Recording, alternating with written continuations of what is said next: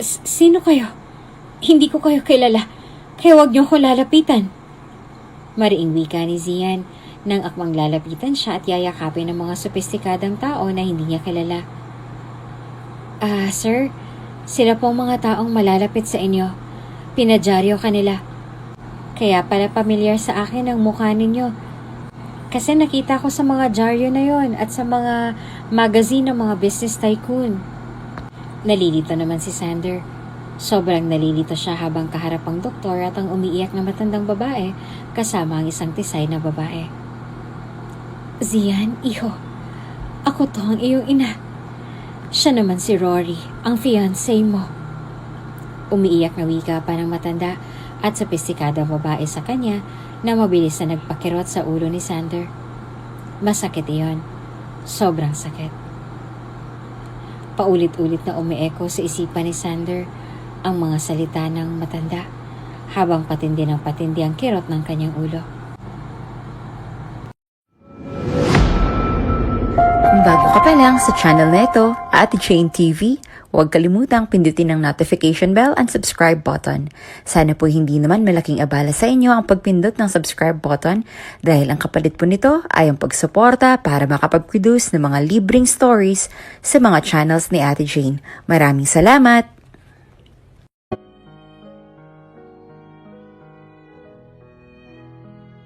Ate, anong ulam? Masiglang tanong ng bunsong kapatid ni Sarah na si Caleb. Pero hindi niya ito pinansin. Bagkos ay nagpatuloy lang si Sarah sa tahimik na pagluluto ng hapunan nila ng gabing yon. Mga alas 5 na ng hapon ay pumalaot na ang kanilang mga magulang sa dagat upang mangisda ulit para sa uulamin nila sa susunod na araw. Si Sarah naman, gaya ng nakasanayan, ay naiwan sa bahay nila upang siyang maganda na makakain nila pagdating ng kanilang mga magulang galing sa mahabang oras ng pangingisda sa laot. Uy, ate! Ano po kakong ulam? Nagugutom na po ako eh. Pero hindi pa rin ni Sarah pinansin ang bunsong kapatid. Bagos sa lubong ang kilay na ipinagpatuloy pa rin ni Sarah ang paghahalo sa niluto niyang ulam sa lumang kawali nila. Naiinis siya rito. Isa pa kasi sa dahilan kung bakit naiwan ulit siya sa bahay nila ay para samahan ang bunsong kapatid niya roon. Si Sarah din ang naghahatid at sumusundo kay Caleb. Sa paaralan nito na mas lalong ikinakairita ng lihim ni Sarah. Dahil kay Caleb ay hindi na muna siya ipinagpatuloy sa pag-aaral ng kanyang mga magulang sa kolehiyo. Wala kasing universidad para sa kolehiyo sa isla nila. Nasa syudad iyon. Malayo sa islang iyon. Marami raw kasing babayarin sa kurso na gusto niya. At wala pa raw silang perang pambayad sa mga gagastusin sa universidad na papasukan niya. Hindi rin naman kasi pumasa si Sarah sa scholarship roon. Kaya ang kaya pa raw ang pag-aralin ng mga magulang niya ay si Caleb muna dahil wala pa itong masyadong gagastusin sa paaralan nito. At wala pa daw pera ang mga magulang niya para sa criminology course na gusto ni Sarah. Mag-iipon pa raw muna ang mga ito roon bago siya sasabak sa pagkakolehiyo. Dahil pangingisda lang daw ang kayang hanap buhay ng mga ito sa isla na yon na tinitirhan nila. Pareho kasing hindi nakapag-aral ang mga ito ng kapanahunan pa ng mga ito. Nang sabihin naman ni Sarah sa mga magulang na magtatrabaho na lang siya sa syudad habang mag-aaral siya, ay hindi naman pumayag ang mga magulang niya dahil wala raw maghahatid sundo sa kapatid niya sa paaralan nito. Busy na raw kasi ang mga magulang niya sa pangingisda ng mga ito. Kaya hindi na raw kaya ng mga ito na isa sa mga ito ang hahatid sundo kay Caleb sa paaralan. Kaya naiirita si Sarah kay Caleb dahil roon. Nang hindi pa rin umimik si Sarah ay kinalabit na ni Caleb ang manggas ng kanyang t-shirt dahilan upang mapatingin na siya rito at nanilisik ang mga matang suminghal rito. Pwede ba? Huwag mo nga akong kulitin. Tila nabigla naman si Caleb dahil sa pagsigaw ng 22 anyos na dalaga rito. Kaya napayo ko ang bata habang nagkasaliko pa mga muunting kamay bago nagsalita sa mahinang boses. Sorry po ate. Ngunit hindi mo lang nabawasan ang iritasyon ni Sarah para sa kapatid dahil sa kakulitan nito kanina pa. Ako talagang namumuro na sa'yo ha? Kaya pwede ba? Huwag mo na akong kulitin na sumagot sa tanong mong walang kakwenta-kwenta. Bisit. Impit na napahikbi si Caleb sa kinatatayuan nito at mabilis na nagpahid ng mga luha. Alam kasi ng bata na mas lalo magagalit sa kanyang ate Sarah pag iiyak siya sa harap nito o magpakita ng kahinaan sa harap nito. Sa school nga, kahit binubulin na siya ng mga kaklase niya, hindi niya pinapaalam yon sa ate Sara niya pag ihahatid sundo na siya nito sa school nila. Dahil alam naman niyang wala itong pakialam sa kanya. At alam din niyang iismiran o tatakasan lang siya ng nakatatandang kapatid pag nagkataon. Kaya inilihim na lang niya rito ang lahat ng sakit na nararamdaman niya sa school. Pati na nga sa mga magulang nila, hindi niya din ipinaalam ang tungkol sa bagay na yon. Ayaw na kasi ni Caleb na bigyan ng problema ang mga magulang nila. Lalo pat galing pang mga ito sa buong araw na pagkayod sa gitna ng laot. At isa pa, sa isip ni Caleb, ay baka mas magagalit ng lihim si ate Sara niya sa kanya kapag nagsumbong siya sa kanilang mga magulang. Baka mas tawagin pa siya lalo nitong sip-sip, gaya ng pagtawag nito sa kanya ng ganon one time. Suminghot si Caleb. Ang gusto lang naman niya ay maging close ulit sila ng ate niya. Pero para kay Caleb ay mukhang malabo nang mangyari yon. Simula kasi noong nahinto ito sa pag-aaral, habang siya'y pinagpapatuloy ng kanilang mga magulang 2 taon ang nakalilipas, ay nakita at naramdaman ni Caleb na bigla nang nag-iba ang trato nito sa kanya. Pinaikot naman ni Sara ang mga mata at binawasan ng mga apoy sa kanyang niluluto. Luto naman na kasi ang niluto niyang paksiw na isdang bato na paborito ng kanyang kapatid. Pagkuway hinarap na ni Sara si Caleb at nagsalita. "Oh, ano na naman ba yung iniiyak-iyak mo? Hindi ko talaga alam kung lalaki ka ba o ano. Kasi napakalambot mo. Ang dali mong umiyak na kahit nakaliit-liit ang bagay. Tingnan mo, umiiyak ka na naman. Lumahis ka nga sa harap at munta ka sa kwarto mo. Tatawagin na lang kita pag naihanda ko na ang mesa. Alis na!" Salubong ang mga kilay na wika ni Sara sa 8 taong gulang na bunsong kapatid. Sinunod naman siya ni Caleb at sisinghot-singhot na iniwan na siya rito roon. Pabuntong hiningang, tinungo na lang ni Sara ang maliit na lababo nila at doon itinukod ang 2 kamay bago malungkot na tumingin sa kawalan. Ayaw niyang tratuhin ng ganon ang kanyang kapatid sa totoo lang, ngunit hindi lang talaga niya kayang pakisamahan ulit ito ng maayos dahil pakiramdam niya, mas mahal pa ng mga magulang nila si Caleb kesa sa kanya, kaya naiinggit siya rito. Muli na naman na napabuntong hininga ang dalagang si Sara. Samantala, habang pauwi ng mag-asawang De Los Reyes, ang mga magulang ni Sara at Caleb ay may napansin silang tila lalaki na nakadapa sa buhangin at nakatagilid ang ulo habang hinahampas-hampas ang marahan sa mga alon. Mabilis na nagkatinginan ng mag-asawa at kapwa na mabibilis sa mga hakbang na tinungo ng mga ito ang walang malay at may sugat na lalaki. Sinipr pa ng ama ni Sara ang lalaki at ginawa nito ng chest compression. At nang sa wakas ay maubo na ito, ang mga tubig sa dagat na nainom nito ay napamulat ito ng mga mata. Ngunit agad ding muling nawala ng malay, kaya nagtinginan ulit ang mag-asawa at sabay nilang binuhat ang walang malay na lalaki. Tahimik na kumakain na ng hapunan sina Sara at Caleb nang dumating ang kanilang mga magulang. Nakatalikod si Sara sa may pintuan ng bahay nila at si Caleb naman ay nakaharap. Kaya marinig ni Sara ang mga boses ng mga magulang niya ay nagsalita agad si Sara. "Nay, tay, pasensya na po, hindi na namin kayo nahintay sa hapunan. May itlog kasi dito na sobrang kulit na nagugutom na daw kaya pinakain ko na at sinabayan ko na lang rin," wika ni Sara. Nang hindi sumagot ang mga magulang nila ay napakunot mo si Sara. Lalo na nang tila nag-uusap ang mga ito ng, "Sige mahal, diretso na tayong kwarto at ilapag na natin siya roon ng dahan-dahan."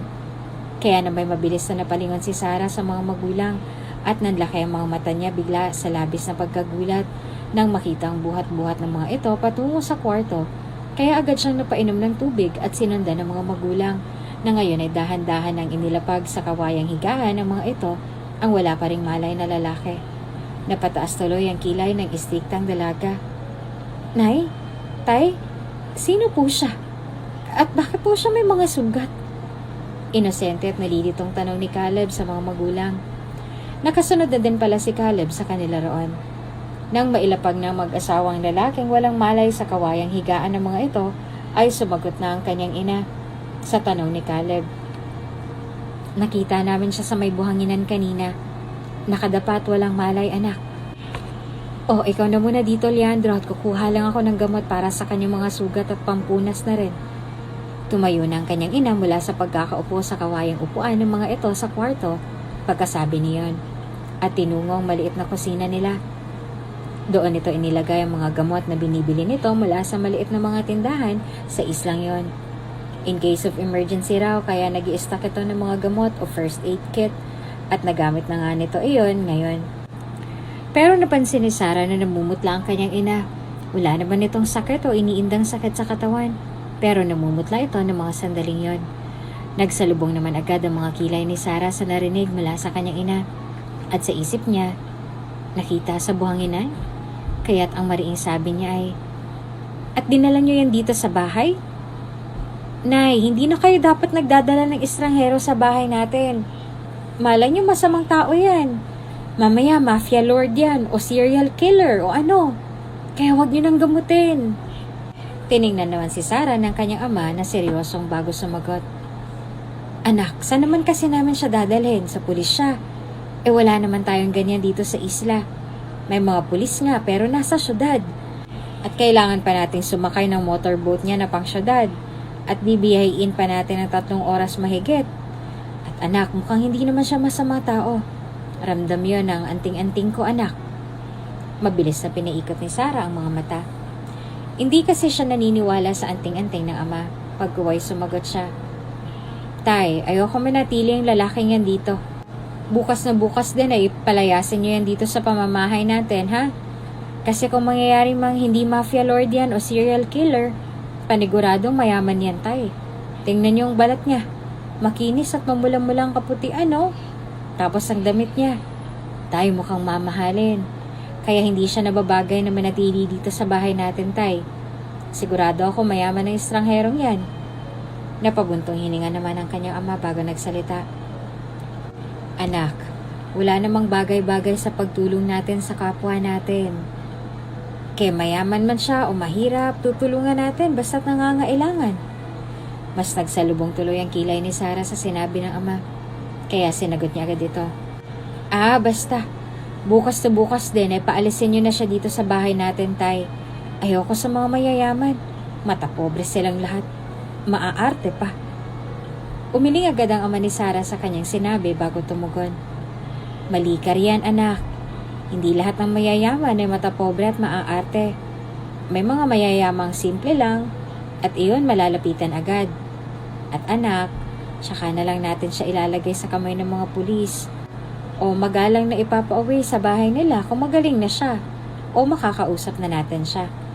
Mahirap kasing gusto mo, anak, nakakaawa siya." Napailing na lang si Sarah sa sinabi ng ama at walang nagawa kung hindi tahimik na umismit.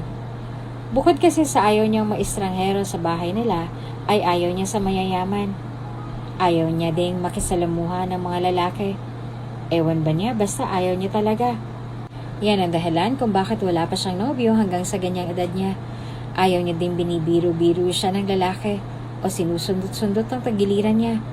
Nung minsan nag-aaral pa siya at may sumundot sa tagiliran niya, ay sinapak niya agad ito sa mukha. Hindi lang sampal, kundi sinapak niya talagang kanyang classmate na lalaki sa mukha. Nag-guidance tuloy siya dahil doon.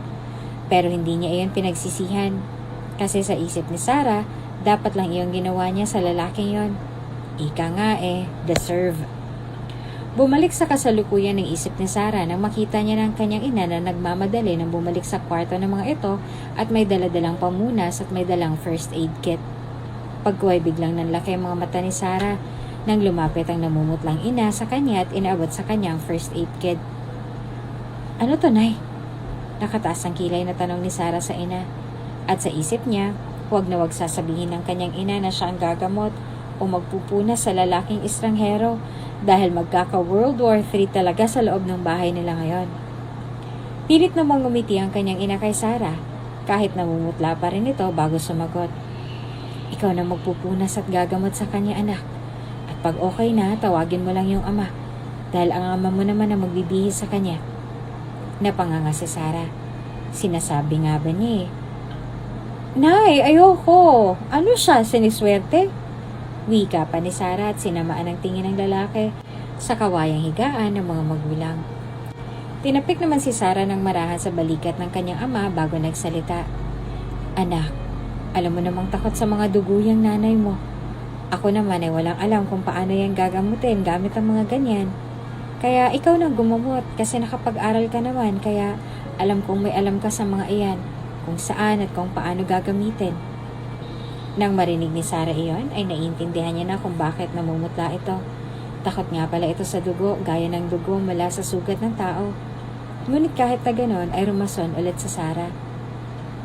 Tay, pwede namang si nanay ang magsasabi sa inyo kung anong gagamitin para sa mga sugat niya, diba? Si nanay ang mag-guide sa inyo. Ikaw naman po ang kikilos. Pero hindi rin magpapatalo ang ama ni Sarah. Nagsalita rin ito ulit. Takot nga siya sa dugo, anak. Ni paghawak at pagtingin nga sa dugo ng tao, lalo na sa mga ganyan, takot siya. Kanina nga, habang buhat-buhat namin ang batang yan, namumutla na siya at nagduduwal. Tumulong lang talaga siya Kaya anak, tumulong ka rin sa kapwa mo.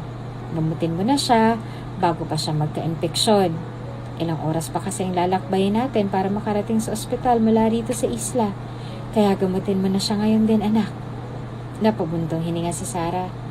Sa bagay, may punto ang kanyang ama at cargo di konsensya niya pag may mangyaring masama rito. Kaya tiim ang mga bagang na tumango na lang si Sarah at nagsalita. Sige po, tay. Ngumiti naman agad ang magulang ni Sarah sa naging sagot nito at pareho na nagpaalam ang mga ito sa kanya. Kakain na raw ang mga ito dahil nagugutom na. Kaya tinunguan na lang niya ang mga magulang bilang pagsang-ayon at tiningnan na masama si Caleb at saka nagsalita. Diyan ka lang, huwag mo akong iiwan. Mariing wika ni Sarah sa kapatid. Kumurap-kurap naman si Caleb at tumugon. Ate, takot din po ako sa dugo. Ayan po, ate, lalo na yan nasa bandang sentido pa niya, may sugat at sa mga braso pa niya. Tapos sa bandang may tiyan at dibdib, tingnan mo ate, kaya ayoko, lalabas na po ako ate. Pagkasabi ni Caleb niyon, dali-daling lumabas na ito mula sa kwarto ng mga magulang nila, kaya nanlaki na lang ang mga mata ni Sarah sa gulat. Hoy, Caleb! Abat! Nagbubuyos ang kaluubang na ikuyom ni Sarah ang isang kamao habang nanggigigil na tiningnan ang pintong nilabasan ni Caleb. At ang nagmamaktol na wika niya sa isip ay, mamaya ka sa akin na bata ka. Ototoy mo lang talagang walang latay dahil baka mapano ka. Pero yung dila mo, lalatayan ko talaga. Salubong ang kilay na pagmumura ni Sarah sa isipan. Pagkaway na stress na napahagod si Sarah sa kanyang batok at napahilamos sa mukha ng pinuntahan ng wala pa ring malay na lalaki. Umupo na siya sa silyang nasa tabi ng higaan at sinimulan niya ng pagpunas rito habang nakaismid. Mahinang umul ng lalaki nang simulan na ni Sarah na punasan ang mukha nito. Pagkuway, hindi sinasadyang mapatingin siya sa mukha nito. Gwapo ang lalaki. Hindi, sobrang gwapo pala ng lalaki.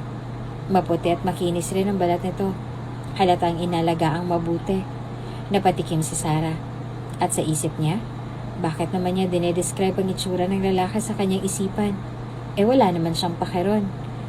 Pailing-iling na ipinagpatuloy na lang ni Sarah ang pagpupunas at ang paglinis ng mga sugat nito bago iyon nilagyan ng adhesive bandage at gauze roll bandages. Hindi naman masyadong malalaki ang mga sugat ng lalaki, kaya hindi masyadong nahihirapan si Sarah. Umungol ulit ang lalaki, kaya taas ang isang kilay na humalukip-kip siya habang tinititigan ito sabay nagsalita. Alam mo bang nakakairita yung mga ungol-ungol mong yan? Huwag mo na akong paringgan ng ganyan, naiirata ako O siya, alis na ako. Tapos sakit ang gamutin. Wika ni Sarah at akmang tatayo na nang biglang umungol ulit ito na tila nagdideliryo. Kaya kunot ang noong sinalat ni Sarah ang noon ng lalaki at saka pa niya nakumpirmang totoo ang nasa isip niya. Nagdedeliryo nga ito. Siguro dahil sa mga sugat nito sa katawan at pagkababad nito sa dagat. Kaya mabilis na tinawag niya ang kanyang mga magulang para ipaalam sa mga ito ang nangyari. Mabilis naman siyang tinulungan ng mga magulang niya hanggang sa humupa na ulit ng kaunti ang mataas na lagnat nito. Tsaka pala nakahinga ng maluwag si Sarah nang makita niyang peaceful nang natutulog ang lalaki. Ngunit kailangan pa rin nila itong bantayan.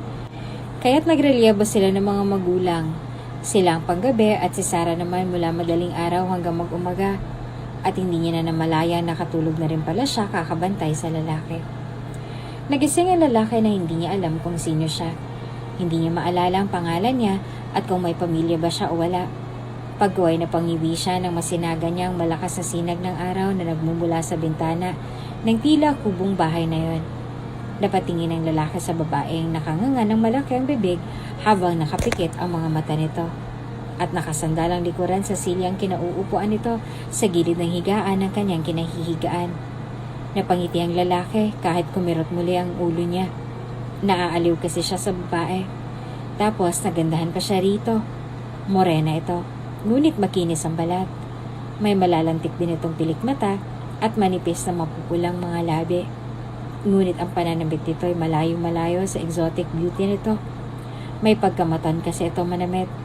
At ang tila ramdam ng lalaki na may pagka-boyish ito dahil nakabukaka pa ito habang tulog. Walang kapoys-poys. Buti na lang nakasuot ito ng panlalaking shorts habang naka-t-shirt naman ito. Pero all in all, para sa lalaki, maganda at simple ang babaeng tinititigan niya ng mga sandaling yon. Napangiti siya. Pagkaway na pangiwi din agad nang maramdaman niya ang pagkirot ng mga sugat niya sa katawan. Pagtingin niya, nagamot na ang mga ito. Kaya napabuntong hininga siya at umusal ng pasasalamat. Pero hindi niya lubos maisip kung bakit nagkaganon siya at kung sino ba talaga siya. Wala kasi talaga siyang maalala. Muli tuloy kumirot ang ulo ng lalaki. Pagkuway ng laki ang mga mata niya nang makita may tatlong mukhang sumungaw sa pintuan ng silid na yon. At ang mga ito ay nakangiti pa sa kanya bago pumasok ng marahan. Magandang umaga, iho. Kamusta na nga bang pakiramdam mo? Tanong na nakangiting matandang babae. Akmang sasagat ng lalaki, ngunit bigla nabaling sa babae ang kanilang mga paningin nang bigla ito nag-stretching ng mga braso habang nakapikit pa rin at humikap. At nang dumilat na ito ay napakurap-kurap siya nang magtagpo ang mga mata nila ng babae. Tabinginginitian niya ito. Ngunit biglang napalis ang ngiti ng lalaki nang makitang tinaasan siya ng kilay ng babae. Kaya unang tingin pa lang ng lalaki rito ay alam niya na agad na maldita at strikta ito. Napatikim na lang ang lalaki. Iho, pagpasensyahan mo na itong dalaga namin. Sadyang pinagbihi ko lang kasi ito dati sa sama ng loob kaya ganyan. Nakangiting wika ng ginang na simpleng ginitian lang din ng lalaki. Pagkaway nagsalita siya. Ayos lang po. Nagsalita ulit ang ginang. Iho, ako nga pala si Rusing. Ito naman ang asawa kong si Alfonso. Ito rin ang bunsong anak namin na si Caleb. At yung babaeng yan na tinaasan ka ng kilay kanina, kahit di mo naman inaano, yung dalaga naming si Sara. Kami ang pamilya Salvacion. Ikaw, iho, anong pangalan mo? Napalunok ang lalaki. Pagkaway nagsalita na siya sa mahinang boses. Hindi ko po alam ang pangalan ko. Nanlaki bigla ang mga mata ng mga ito. Hindi ko po alam ang pangalan ko. Dagling nanlaki ang mga mata ni Sara sa narinig. Anong sabi mo? Naniniguradong tanong ni Sara. Sinisiguro niyang hindi siya pinaglalaruan ng pandinig niya, na hindi sila pinaglalaruan ng pandinig nila ng mga magulang at kapatid niya. Kaya nagsalitang muli ang lalaki. Hindi ko alam ang pangalan ko. Hindi ko alam kung sino ako. Sa pagkakataong yon ay nagkatinginan na sila ng pamilya niya. Pagkuway muling ibinaling ang tingin nila sa lalaki. Sa tingin nila ay hindi ito nagbibiro. Seryosong seryoso kasi talaga ang gwapong mukha nito. At ang mga mata nito ay puno ng sinseridad nang sabihin ng mga katagang yon. Hindi tuloy makapagsalita agad si Sara. Paano na yan, Alfonso? Hindi niyo maalala kung sino siya. May amnesia siya, Alfonso. Halatang nahahabag na wika ng ina ni Sara sa kanyang ama, habang ang mga mata nito ay naaawang nakatingin sa lalaki. Sumagot rin naman ang ama ni Sara. Di mas lalong dito na muna siya sa atin pansamantalang titira hanggang sa gumaling siya at bumalik ng memorya niya. Ano sa tingin mo, Rusing? Napatango naman agad ang ina ni Sara sa sinabi ng asawa at sumagot. Sa tingin ko nga'y makakabuti yan. Hindi ba, Sara, anak? Tahimik pa rin si Sara. Nagdadalawang isip siya, pero walang maalala ang lalaki. Kaya't no choice siya. Kailangan nilang tulungan muna ito hanggang sa bumalik ng alaala nito. Kaya kahit labag sa loob ni Sara ay pabuntong hiningang tumango na lamang siya at napatingin sa malayo. Wala siyang magagawa.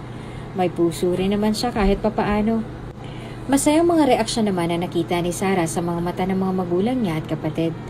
Ang lalaki naman na hindi niya alam ang pangalan ay nginitian siya ng tipid na para bang nagpapasalamat sa kanya, kaya tinanguan niya lang ito bilang tugon. At dahan-dahan nang tumayo mula sa kinauupo ang Silya. Sige, magluluto po muna ako ng agahan. Sumagot naman ang ina ni Sarah. Ay wag na iha, nakapagluto na kami ng iyong ama. Kaya halina lang kayong lahat at kumain na tayo ng agahan. Nako, masarap ang niluto kong ulam. Anyaya pa nito sa kanilang lahat at akmang lalabas na. Ngunit napigil ito ng kanyang ama. Teka Rusing. Kung ganong hindi pa niya alam ang tunay niyang pangalan o kung sino siya, mas mabuti siguro bigyan na lang muna natin siya ng pangalan. Suhestyon ng ama ni Sarah na sinang-ayunan naman ang kanyang ina at mga kapatid.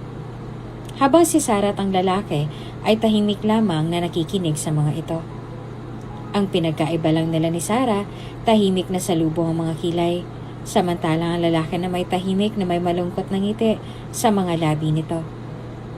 O anak, anong gusto mong ipangalan sa kanya? Tanong ng ina kay Sarah. Ba't akong tinatanong nyo? Siya na lang yung tanungin natin mismo. Sagot ni Sarah at binalingan ng lalaki bago nagsalita. Ikaw, anong gusto mong ipangalan namin sa'yo? Pwede bang ikaw na lang mag-imbento ng ipapangalan niyo sa akin? Tanong ng lalaki kay Sarah at nginitian siya. Ngunit kitang-kita pa rin niya sa mga ito ang pagkalito at hindi maitatagong lungkot roon. Kaya matabang na tumanguna lang siya sabay sabing, Shasha, magmula ngayon, tatawagin ka naming Sander.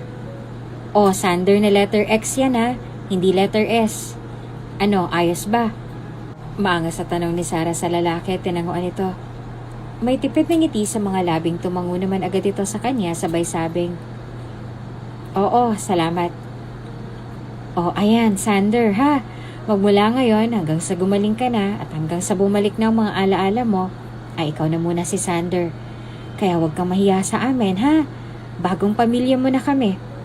Masayang wika ng ina ni Sarah, natipid ng nginitian at tinanguan naman ni Sander.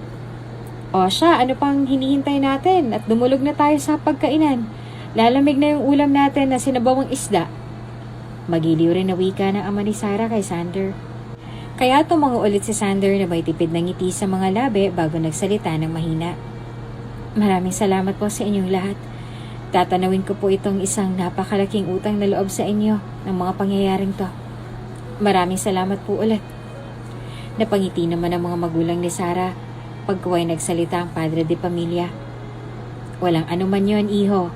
Masaya kami at nakatulong sa mga taong lubos na nangangailangan sa amin. Kaya magpagaling ka na at sana'y bumalik ng iyong alaala. Ipagdadasal nating lahat yan. Iyon lang ang sinabi ng ama ni Sarah kay Sander na sinang-ayunan naman agad nito. Pag-uway nag-aya na itong kumain na sila na sinang-ayunan naman ang lahat. Iha, I can't believe this.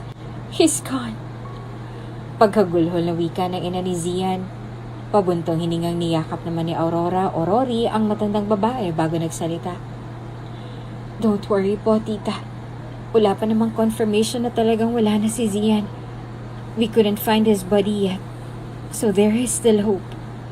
Pagpapagaan ni Rory sa bigat ng kalooban ng ginang. Napahagulhol ulit ang ginang pagkuway nagsalita. Sana nga okay lang siya. Kung saan man siya ngayon. At sana buhay pa talaga ang anak ko. Talagang hindi ko lubos maisip ko anong nangyari sa yate niya at bakit sumabog iyan bigla. Talagang hindi ko lubos maisip. Umaaga sa mga luhang mas lalo pang hinigpitan ni Rory ang pagkakayakap sa ina ni Zian. Pagkuway malungkot na napatingin siya kay Cross. Ang childhood best friend ni Rory na noon pa man ay may gusto na sa kanya. Pagkuway tipid ng nginitian siya nito at dahan-dahan tumalikod at sa pagtalikod nito ay napalis agad ang ngiti sa mga labi nito at napalitan ng pamumutla. At sa isip ni Cross, hindi pa nahanap ang katawan ni Zian, kaya ibig sabihin ay may posibilidad pang buhay pa ito. Napalunok ito ng sunod-sunod. Pagkuway marahas na bumuntong hininga at kinakabahang napatingin sa malayo. At sa isip ni Cross, hanggat buhay pa si Zian ay wala pa rin siyang pag-asa kay Rory. At habang buhay pa ito, ay may posibilidad na mapapahawak siya anumang sandali sa malamig na bakal ng rehes dahil kitang-kita ni Zian ang mukha niya bago ito nawala ng malay. At bago niya ito nilagay ang maliit na time bomb sa harapan nito upang may thrilling ang kamatayan nito na sana'y hindi na lang niya ginawa at sinaksak niya na ito agad para namatay na talaga ito ng tuluyan at nang mapasa kanya na ang atensyon at pag-ibig ni Rory. Kinabahan si Cross at sa isip niya ay sana makita ng patay na katawan ni Zian para mawala na ang kabang unti-unting rumaragasa sa loob ng dibdib niya. Sarah! Napasigaw sa gulat si Sarah habang nagbibiyak siya ng kahoy ng umagang yon. 10:00 na ng umaga sa mga oras na yon.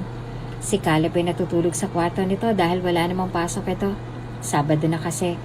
Ang mga magulang naman ni Sarah ay nangisda na kanina pa at hanggang sa mga oras na yon ay hindi pa bumabalik. Sanay naman na siya. Mga tanghali pa talaga ang mga magulang makakabalik o di kaya mga 2:00 na ng hapon. Nilingon na ni Sarah si Sander at salubong ang mga kilay na tiningnan nito. O ano? Huwag kang manggulat, Jay. Wala tayo ngayon sa horror movie. Wika ni Sarah at ipinagpatuloy ng pagbiyak ng mga kahoy. Kaunti na lang kasi ang mga kahoy na pangsaing nila.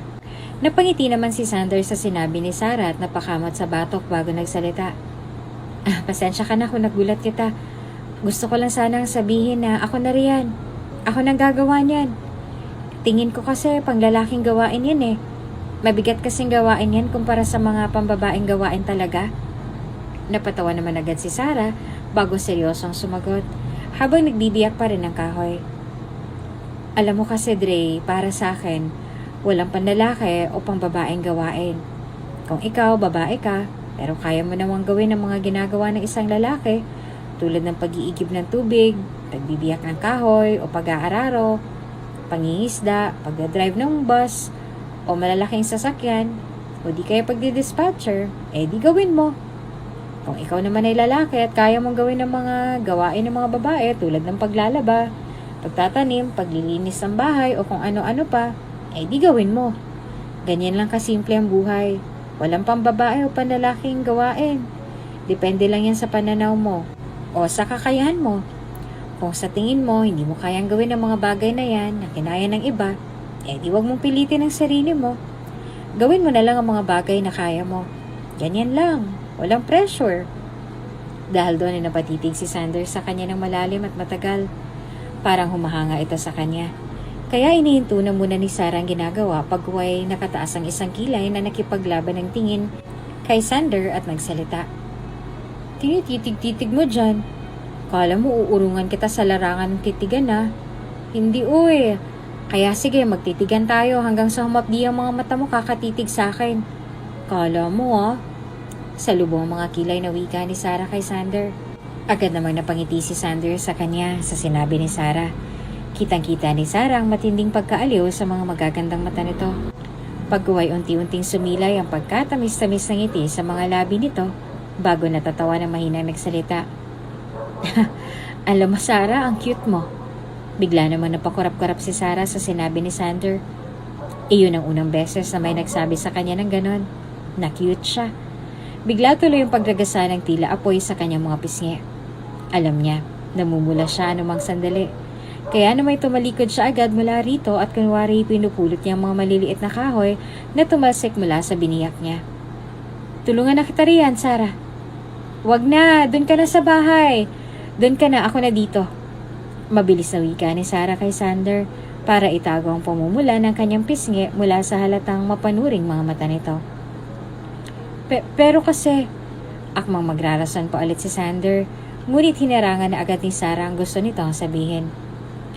Hindi. Sander, wag na matigas ang ulo mo.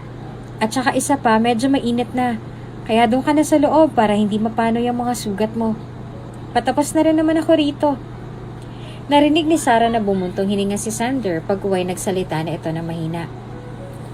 Sigurado ka hindi mo kailangan ng tulong ko? Mabilis naman na patangutango si Sarah dahil sa tila patangutango si Sarah at mabilis ding sumagot. Oo, ako pa ba? Kaya ko to, Pexman. Muli ay narinig niyang bumuntong hininga si Sander bago nagsalita ulit. Sige, pasok na ako sa loob, Sarah.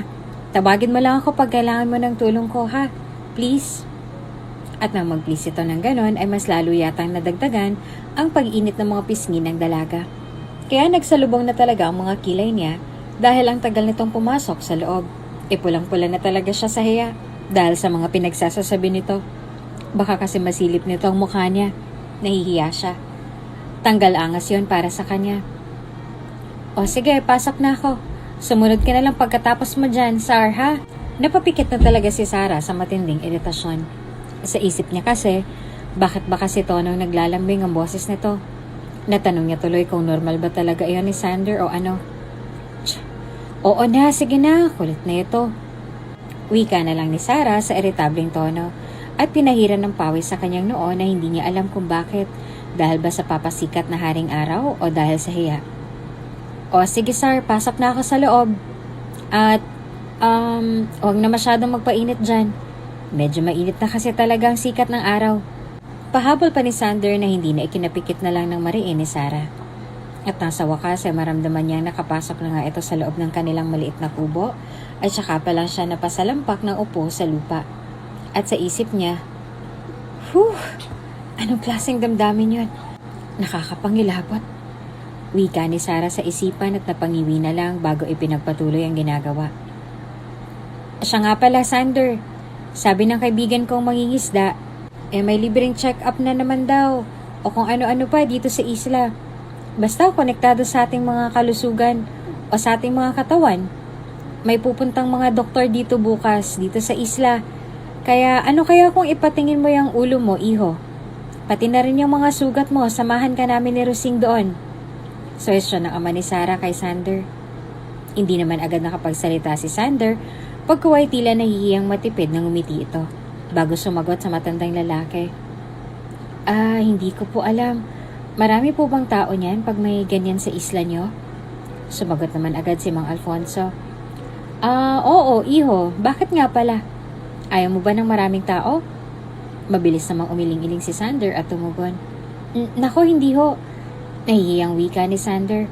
Pero ang totoo ay dalawa talaga ang rason kung bakit nag-aalinlangan siya sa suhestyon nito. Una, ayaw niya lang talaga na makakita o makasalamuha ng maraming tao. Parang wala na siyang pinagkakatiwalaang iba, kundi ang pamilya lang nito. Naiilang na siya na makipag-usap sa maraming tao. Tanging ang pamilya lang ni Sarah ang gusto niyang kausapin at hindi na siya naiilang na kausapin sa ganoong kondisyon niya. At pangalawa, nahihiya din siya na ang mag-asawa pa ang sasama sa kanya para makapagpa-head scan bukas. O gusto niya lang talaga na si Sarah ang sasama sa kanya dahil tila buo na ang loob niya pag itong kasama dahil napakalawak ng pangunawa nito sa buhay. Idagdag pang matapang ang babae at prangka pa ito magsalita. Kung ganon ay anong rason kung bakit napatanong ka ng ganon, iho?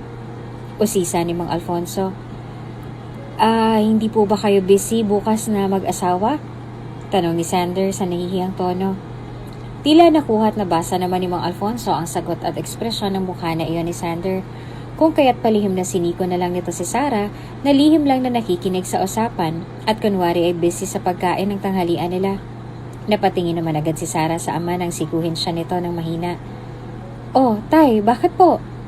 Tanong pa ng dalaga kaya sumagot agad si Mang Alfonso. Anak, ikaw na lang sigurong sumama kay Sander bukas. Kayong tatlong pumunta roon kasama si Caleb. Kasi may mga gagawin pa kami aside sa pangingisda. Napanganga naman si Sarah at sumagot. Ha? Tay, bakit pati ako? Si Caleb na lang ipasama mo kay Sander bukas, tay. Wika ni Sarah dahil naiilang pa kasi talaga siya kay Sander. Pero nang sulyapan niya ito at nakita niyang tila malungkot ito sa naging sagot niya, ay napabuntong hininga na lamang ang dalaga bago muling nagsalita. Oo, sige na nga. Sasamahan ko na si Sander bukas. Wika ni Sarah at napailing na lang nang makita niya na biglang umaliwalas ang gwapong mukha ni Sander sa kanyang sinabi. Ipinitik naman ni Mang Alfonso sa hangin ng mga daliri bago masaya nagsalita. Kung ganon ay maayos ng usapan. Kayong tatlo, Sander, Sarah at Caleb ang magsasama bukas. Nagkatinginan na lang sina Sander at Sarah. Pagkuway na patingin si Sander sa kanya, samantalang inismera naman ni Sarah si Sander at ipinagpatuloy na ang pagkain. Kinabukasan ay maagang nagising si Sarah. Magluluto na siya ng agahan nilang lahat. Inuna niyang magsain ng bigas. Pagkuway sinunod niya na ang pagluto ng uulamin nila. Kasalukuyan na siyang naghihiwa ng mga kakailanganing sangkap para sa sinabawang isda na lulutuin niya ng umagang yon. nang bigla na lamang may magsalita sa likuran niya. Good morning. Sa gulat ay biglang napakislot si Sarah kung kaya't biglang dumulas ang kutsilyo sa daliri niya, dahilan upang impit siyang mapasigaw at nabitawan niya ang hawak na kutsilyo. Aray! Putik! Daing niya't iwinasiwas ang sugatang daliri. Medyo malalim iyon. Ramdam na ramdam niya kasi yung hapde. Nararamdaman naman niyang may lumapit sa kanya at agad siyang dinaluhan. At nang tiningnan niya kung sino iyon ay nakumpirma niyang tama ang hinala niya, kung sinong bumati sa kanya niyon na naging dahilan upang masugatan siya sa daliri. Naku sir, pasensya na talaga. Hindi ko sinasadya. Nakalimutan ko, magugulatin ka nga pala talaga. Tila nagigilty na wika ni Sander at tiningnan ng daliri niya na dumudugo pa rin. Nagpatuloy ito sa pagsasalita. Pwede ko bang hawakan yung daliri mo? Patitigilan ko lang yung dugo, sir. Ngunit sa lubong ang mga kulay na tiningnan lang ni Sarah si Sander, habang nakatingin lang ito sa dumudugong daliri niya, sabay wika sa mariing tono ng boses. Kaya ko na to, tabi. Pero sir, ako ang dahilan kung bakit ka nasugatan eh. Pangungulit pa ni Sander na mas lalong ikinairita ni Sarah. Hoy, pag sinabi kong kaya ko na, ibig sabihin nun, kaya ko talaga. Hindi ako sanay na nangihingi ng tulong sa kahit kasino, lalo na sa isang estranghero. Kaya pwede ba? Huwag kang didikit-dikit sa akin. Pinakaayaw ko kasi sa lahat ay yung lalaking dumidikit sa akin. Wala akong pakialam kahit natural na pala kaibigan ka lang talaga o ano. Basta ayaw kung dumidikit-dikit ka sa akin. Alam mo kung bakit? Dahil nasusuka ko. Ayoko ng mga lalaking malambot ang pananalita at halatang malambot ang kalooban. Nakita naman ni Sarah na napatim ang bagang ni Sander sa kanyang mga sinabi dito. Tinitigan siya nitong mabuti. Malalim, tila may sumisiklab na damdamin na nais umalpas mula sa mga magagandang ngunit nakakatakot na mga mata nito. Pagkuway habang tumataas baba ang dibdib nito ay nagsalita na si Sander sa malalim at mariinding tono ng boses. Pasensya kung ganito lang ako na gustong mapalapit sa'yo. Hindi ko kasi alam kung bakit unang kita ko pa lang sa'yo eh. Pagmulat ng mga mata ko nung isang araw ay magkaan na agad ang loob ko sa'yo. Hindi ako nakaramdam ng kahit konting pagkaasiwa. Hindi tulad sa mga magulang mo o sa kapatid mo. Sa'yo kasi Sarah, panatag ang loob ko. Na para bang kahit nasa gitna pa ako ng kalituhan ngayon, kung sino talaga ako, ay may isang tao na maaasahan ko at masasandalan ko kahit na anong mangyari. Dahil matatag siyang uri ng tao, matatag siyang uri ng pagkababae, na kahit may malala siguro akong karanasan sa nakaraan ko ay alam kong may isang tao magpapatatag sa kalooban ko sa pamamagitan ng kaprangkahan niyang taglay at matatag na pananaw sa buhay. Kaya pasensya na kung malambot ang panin mo sa akin. Ngayon kasi hindi ko pa talaga alam kung sino ako. Parang naiilang pa ako sa mundo. Sa totoo niya, sa'yo lang ako naging komportable ng ganito. Kaya pasensya na, Sarah. Pero huwag ka na mag-alala. Dahil simula ngayon, hindi na ako didikit sa'yo. At hindi na rin kita kukulitin pa. Pasensya na talaga, Sarah. At siya nga pala, sumulpot lang ako dito ngayon dahil gusto ko lang sanang itanong sa'yo kung anong oras tayo aalis. Pero sige, mag-aantay na lang ako sa'yo kung kailan ka magsasabi na aalis na tayo. Sige, salamat. Wika ni Sander at humugot ng malalim na hininga bago dahan-dahang tumalikod sa kanya. At naiwan na lang si Sarah na hindi makaimik roon habang unti-unting rumaragasa sa dibdib niya ang hindi maitatangging konsensya. Oh, mag-iingat kayo doon sa covered court, ha? Doon naman pala gaganapin ang mga libreng ganapan na yan ng mga doktor. Sarah anak, bantayan mo yung kapatid mo. Nakangiting paalala ni Aling Rosing kay Sarah. Napatikim naman si Sarah bago tumangot nagsalita. Opo, Nay. At iho, pasensya ka na kung yan lang mapapahiram ko sa'yo ng mga suot, ha? Huwag ka mag-alala.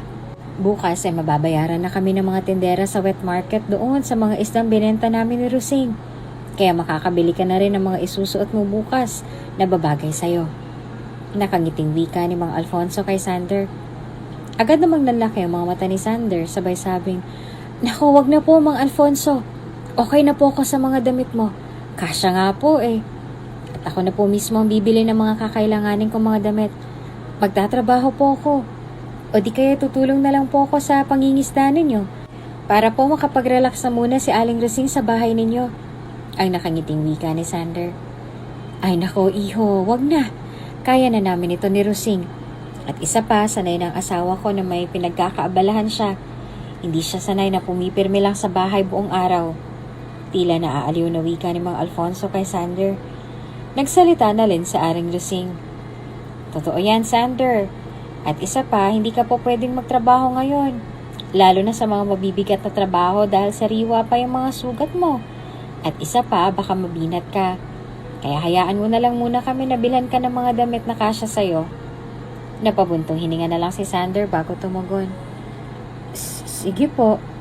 Pero pangako po, sa oras na gumaling na ako at makahanap na ako ng trabaho rito sa isla, ay babayaran ko na po kayo sa mga nagastos niyo po sa akin. Natatawa naman ng mahina ang mag-asawa bago nagsalita si Mang Alfonso. Naku, ikaw talaga, Sander. Huwag mo na munang isipin yung mga ganyan sa ngayon. Ang isipin mo ay kung paano kayo makakarating doon ngayon sa covered court ng maaga. Kung puro na lang tayo daldalan dito ngayon. Natawa naman si Sander at si Aling Rosing sa sinabi ni Mang Alfonso. Pero si Sarah ay tahimik lang habang seryosong nakatingin ang mga mata sa malayo. O sige na mga bata, ingat kayo roon ha? Paalala ulit ni Aling Rosing sa kanila. Nakangiting nagsitanguan naman sina Sander at Caleb. Samantalang seryosong tumangulang si Sarah sa sinabi ng ina. Pag-uwi nagpaalam na sila ng tuluyan sa mag-asawa bago umalis roon. Okay sir, before we proceed to see kung may head injury ka ba or bleeding sa utak mo, I would like to answer your question first. Ang amnesia ay literal na nangangahulugang paglimot na dahil sa kapinsalaan sa utak. Nilalarawan din ito bilang pagkalimot sa nakaraan. Ito ang technical na pangalang panturing sa kawalan ng alaala o memorya, sir. At ang amnesia din ay ang kondisyon ng pagkawala ng memorya o alaala ng isang tao. Maaaring ito nga ay may mga impormasyon at pangyayaring bumubuo sa isang pagkatao, pati ng pagkakilala niya sa taong nakapaligid. Bagaman sir, madalas na pinapakita sa mga palabas na wala nang naaalala kahit na isang impormasyon tungkol sa sarili, maging ang sariling pangalan, sa realidad, ang amnesia ay hindi naman nakakaapekto sa pagkakakilala sa sarili. Yan ang totoo. At karagdagang impormasyon lamang po sir, na ang mga taong may amnesia, dahil nga may problema sa memorya, ay kadalasang nahihirapang matuto ng mga bagong impormasyon at makakadagdag ng bagong memorya. Sa madaling salita, sir, ang karamihan ng mga bagong kaganapan sa buhay mo ay hindi mananatili sa isipan at makakalimutan mo na lang. Ang mga sanhi naman ng amnesia ay pagkahilo, trauma, stress, anoxia, pinsala sa hippocampus o di kaya aksidente o disgrasya. Mahinaong pagpapaliwanag ng isang doktora kina Sander at Sarah nang tanungin ito ni Sander kung ano ba talaga ang sanhi ng amnesia at kung ano ba ang epekto nito. Napahugot naman ng pagkalalim-lalim na hininga si Sander sa narinig. Pati nga si Sarah ay lihim na napabuntong hininga sa narinig. Alam niya, hindi madali para kay Sander ang mga naririnig nito mula sa doktor. Hindi yan madali kay Sander. Ramdam ni Sarah iyon at gusto niyang pagaanin ang loob nito. Pero naiisip niya, paano niyang gagawin iyon? Hindi na nga siya pinapansin ni Sander. Hindi na rin ito lumalapit sa kanya. Kasi nasaktan niya ng kalooban nito kanina. Lihim na napabuntong hininga tuloy si Sarah sa bigat ng dibdib na kanyang nadarama. Nagigilty kasi siya. Kasi naging masama ang ugali niya rito. Nagpapakabait naman si Sander sa kanya. Nagbalik lang sa kasalukuyan ng isip ni Sarah nang muling magsalita ng mahina si Sander. Doc, may gamot po ba sa amnesia? May pag-asa po pa kayang bumalik ang memorya ko? Pahapiyaw na lamang na tanong ni Sander sa doktor. Dinig na dinig ni Sarah sa boses nito ang lungkot roon. Sumagot na rin naman ang doktor. Sir, ang tanging masasabi ko lang po sa inyo, ang pagkawala ng alaala ay maaaring permanente o pansamantala lamang.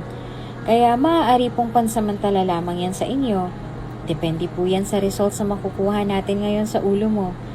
And forgive me for saying this, sir. Pero sa ngayon ay wala pang gamot na makakapagpapabalik sa memoryang nawala. tanging gamutan lamang na magagawa sa pagkakaroon ng amnesia ay ang mga therapy na makatutulong sa pagpapatibay ng natitirang alaala at pagpapalakas sa pagsagap ng mga bagong impormasyon. At maaari ding tulungan ng isang occupational therapist ang isang pasyenteng mayroong amnesia tulad mo. Makatutulong din ang pagtatala sa mga kaganapan sa buhay mo upang mahasa ang iyong utak sa pag-alala ng mga pangyayari sa iyong nakaraan. Doon na tila pinagbaksakan ng langit at lupa si Sander. Kitang-kita iyon ni Sarah.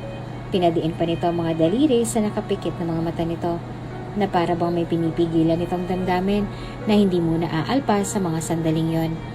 Pagkaway mabilis na tumayo si Sander at umalis roon. Nanlaki naman ang mga mata ni Sarah sa reaksyon ni Sander, kaya mabilis din siyang napatayo at kinausap ang napanganganalang na doktor dahil siguro sa pag-walk out ni Sander. Dok, po manhin po, kakausapin ko na lang po muna siya. Babalik po kami pag okay na. At kung hindi na po kami makakabalik, ay ibig sabihin yun ay okay na po siya sa impormasyon niyo ukol sa kalagayan niya ngayon, Dok. Nagulat naman ang doktor at mabilis na tumagon. Ha? Naku ma'am, pilitin niyo siyang bumalik dahil hindi pa natin siya nasi-CT scan. Napatango naman agad si Sarah sa narinig. Pagkuway hinawakan niya ng isang braso ni Caleb bago sumagot.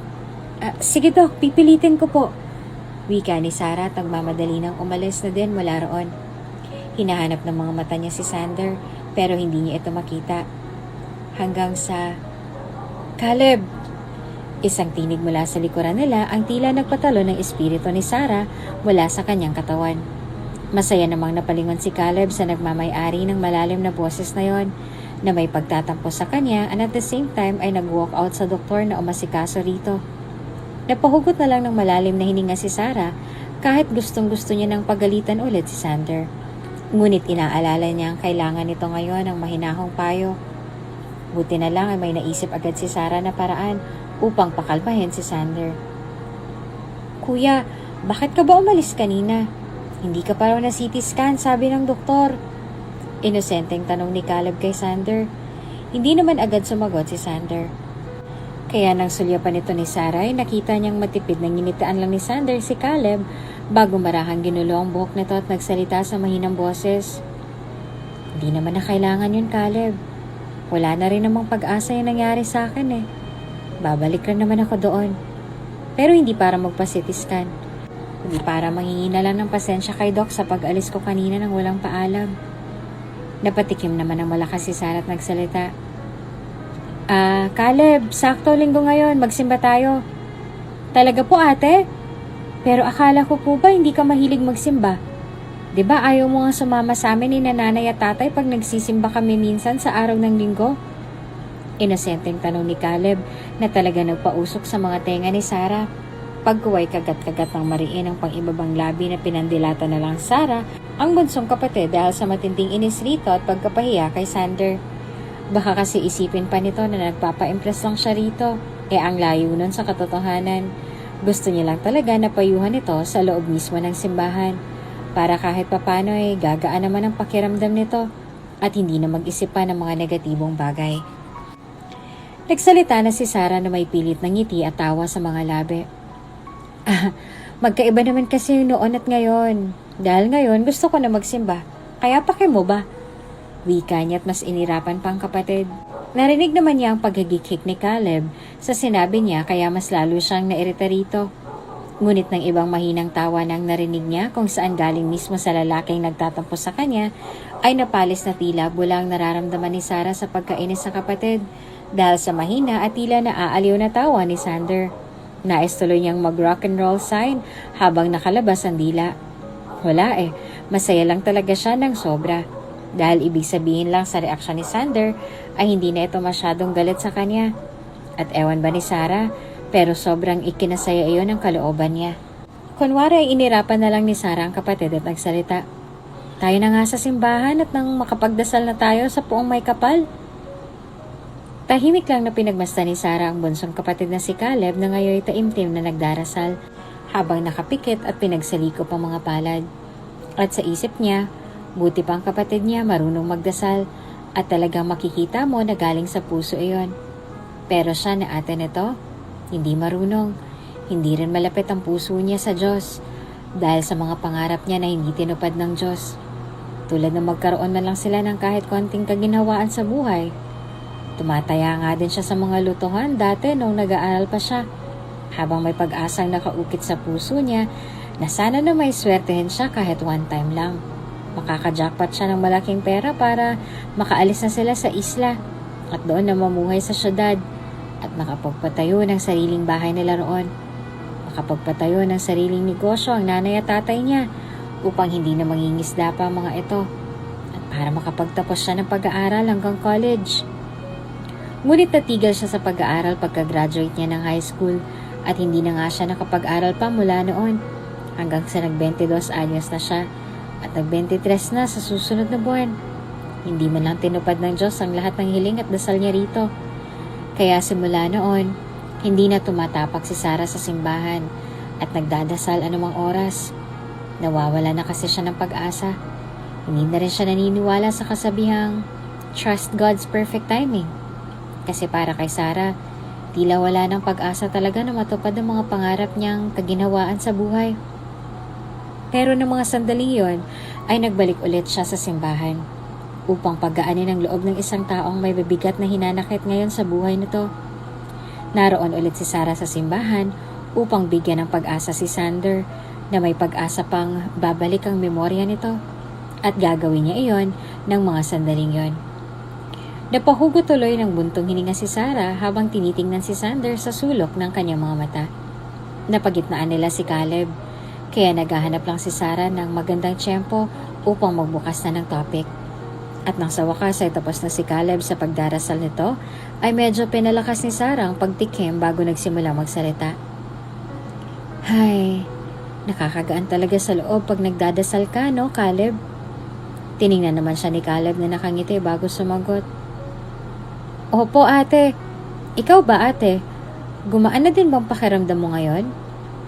Hindi agad nakapagsalita si Sarah dahil paano niya malalaman hindi naman siya nagdasal roon. Pagkuway nais niyang matunaw na lang doon sa hiya na makita niyang may unti-unting gumuhit na naaaliw ng ngiti sa mapupula at maninipis na mga labi ni Sander habang ang mata nito ay nakasentro sa harap ng altar ng simbahan. Alam niya kung bakit ito nakangiti ng ganon. Iyon ay dahil alam nito na hindi siya nagdasal kanina. Kanina kasi napansin ni Sarah sa sulok ng kanyang mga mata na tila pasulyap-sulyap si Sander sa direksyon niya. Kaya alam talaga nito na hindi siya nagdasal roon. Nais tuloy mapasampal si Sarah sa kanyang mukha dahil doon. Ngunit sinagot na lang ni Sarah ang kapatid. Sa totoo lang ay hindi pa ako nakapagdarasal kanina, Caleb. Pero magdadasal din ako pagkatapos nito. Kaya bago yon, nais ko munang itanong sa'yo, ano bang rason o ang dahilan kung bakit nagdadasal ang isang tao? Bakit nagdadasal tayo? Napakurap-kurap naman ang bata pagkuway nakangiting sumagot na ito. Ang dasal po, ate, nakakapagbigay ng patnubay, ng karunungan, ng kaaliwan sa panahon ng ating kalungkutan o pagdurusa bilang mga tao. Nagdadasal din po tayo para sa kapatawaran, para din po sa kakayanang makapagpasya, para sa lakas ng loob, para sa tulong na pangkalusugan at higit sa lahat, nagdadasal po tayo para sa mga kasagutan ng ating mga katanungan, mabibigat man yan o magaan. Sa pagkakataong yun ay si Sarah na naman ang napakurap-kurap. Talagang si Caleb ang nagsabi ng lahat ng yon? Talaga bang galing mismo sa bunsong kapatid ang mga salitang yon? Hindi makapaniwala si Sarah na sa murang isipan ay malawak na palang pangunawa at mga kaalaman ni Caleb sa buhay. Napatangu-tangu tuloy si Sarah pagkuway nagpatuloy muli sa pagsasalita. Galing mismo sa bibig mo, Caleb. Ang pagdadasal ay nakapagbibigay ng patnubay, ng karanungan, ng kaaliwan sa panahon ng ating kalungkutan o pagdurusa bilang mga tao. Nagdadasal din tayo para sa kapatawaran, para din sa kakayanang makapagpasya, para sa lakas ng loob, para sa tulong na pangkalusugan at higit sa lahat, para sa mga kasagutan ng ating mga katanungang mabibigat man o magaan. Kaya dapat lang talaga na makipag-usap tayo sa Panginoon sa panahon ng ating mga problema. Yung mga problemang pakiramdam mo ay sobrang nakakasakal na parang hindi mo na kayang huminga pa. Yung mga problemang hindi mo masabi-sabi sa ibang tao dahil ayaw mong husgahan kanila. O dahil pakiramdam mo hindi ka rin naman nila maiintindihan. Kaya sinasarili mo na lang. Yung mga problemang ganyan, dapat mo lang yung ilabas lahat sa Panginoon para malinawan ka. Para gumaan kahit kaunti ang bigat ng iyong nararamdaman. Kung naiiyak ka, iiyak mo lahat. Kung pakiramdam mo wala na talagang pag-asa, kausapin mo siya ng taimtim. Yung puso sa puso na pagdadasal. At hindi mo na mamamalayan yan. May solusyon na pala sa problema mo. Kasi siya lang nagbibigay sa atin ng mga masasakit na pagsubok sa buhay natin Siya lang talaga at wala nang iba. May tao o bagay siyang gagawing instrumento upang masubok kung gaano tayo katibay sa pananampalataya sa Kanya. Kung gaano tayo katibay na maniniwala pa rin sa Kanya sa panahon ng papapasabi ka na, Panginoon, ayoko na. Ang mga panahon na yan na kung saan pakiramdam mo wala na siya sa tabi mo kasi down na down ka na. Wala nang kaunting pag-asang natira sa puso mo. Yan pala mga panahong kinakarga ka na niya ng marahan sa kanyang mga bisig hanggang sa hindi mo na namamalayan na nalalagpasan mo ng matinding pagsubok na yun sa buhay mo. Siyang sumubok sa'yo. Siya rin ang aagapay sa'yo. Ika nga nila habang may buhay may pag-asa. Basta't manalig ka lang sa Panginoon. Walang salitang imposible sa Kanya. Lahat posible. Maniwala ka lang. Wadamdaming wika ni Sarah at napatulo ang luha sa kanyang mga mata. Dahil ang mga salita niyang iyon na dapat sanay para kay Sander lang ay tumusok din sa puso niya. Pinahira niya ang mga luha. Ngunit mas lalo pa yatang dumami ang pagtuluno nang bigla niyang maramdaman ang pagyakap ni Caleb sa kanya. Lalo na ang pagtapik ni Sander sa balikat niya ng marahan habang may namumuuring mga luha sa mga mata nito. Si Caleb naman ay sumisinghot rin roon. Tanda na umiiyak rin ito. Kaya naman nagsalita ulit si Sarah sa garalgal na boses. Patawarin niyo ako kung naging masama ako sa inyo. Patawarin niyo ako kung naging matalas ang dila ko sa inyo. Sa mga kabaitang ipinapakita niyo sa akin, patawad. Sadyang marami lang din akong problema na hindi nabigyan ng kasagutan sa mahabang panahon. At ngayon naliwanagan na ako at naniniwala na ako sa mga salitang trust God's perfect timing. Kasi balang araw maaabot rin natin yan. Kaya ikaw, Caleb, pagbutihan mo sa pag-aaral mo. Maaabot mo rin ang pangarap mo sa hinaharap. Basta't manalig ka lang. At ikaw, Sander, yung problema mo na yan, may pag-asa pa yan. Gagaling ka. Babalik mo ang memorya mo. Huwag ka mawalan agad ng pag-asa. Sana sa pagbalik ng memorya mo, hindi mo kami makakalimutan na mananatili pa rin kami sa iyong puso't isipan kahit ano pa man ang mangyari. Dahil sa sinabi ni Sarah ay mas lalo tuloy silang impit na nag-iyakan doon. Ngunit ang mga puso nila ay magaan na sa mga sandaling yon. Pagkaway nagdasal na silang tatlo at pawang may maluwag na ngiti sa mga labi na lumabas na sila sa simbahan. Pagkatapos ay nagsalita si Sarah. Balik na tayo roon, Sander. Papatsitis ka na natin yung ulo mo. Huwag ka mag-alala. Nandito lang kami ni Caleb. Nandito lang ako. Manalig ka lang sa Panginoon. Unti-unti namang umiti si Sander kay Sarah at bigla silang marahang inakbayan ni Caleb pareho sabay sabing, sige, matatag na ang loob ko ngayon Nagkatawanan sila at sa pinakaunang pagkakataon, hindi na nagalit si Sarah na inakbayan siya ng isang lalaki dahil para sa kanya ng mga sandaling yon, kaibigan na niya si Sander at magaan na ang loob niya rito. Sir, you have a mild head injury.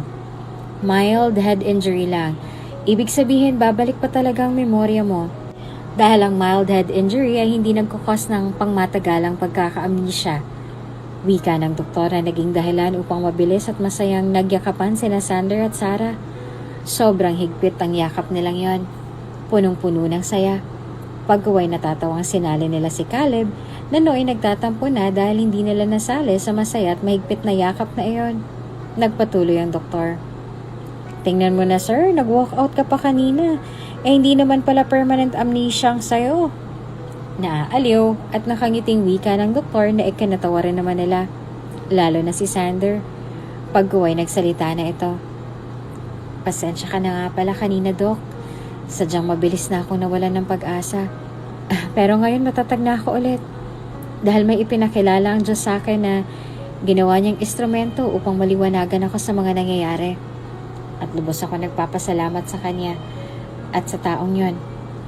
Wika ni Sander at tiningnan si Sarah na may matamis na ngiti sa mga labi nito. Sinuklian rin naman iyon ni Sarah na mas matamis na ngiti pa. Oo, para silang ewan na nangingitian sa isa't isa ng mga sandaling yon. Ngunit kapwa sila walang pakialam. Basta masaya sila at yun na yun. Napatango-tango naman ang doktor sabay nakangiting nagsalita. Totoo po yan, sir.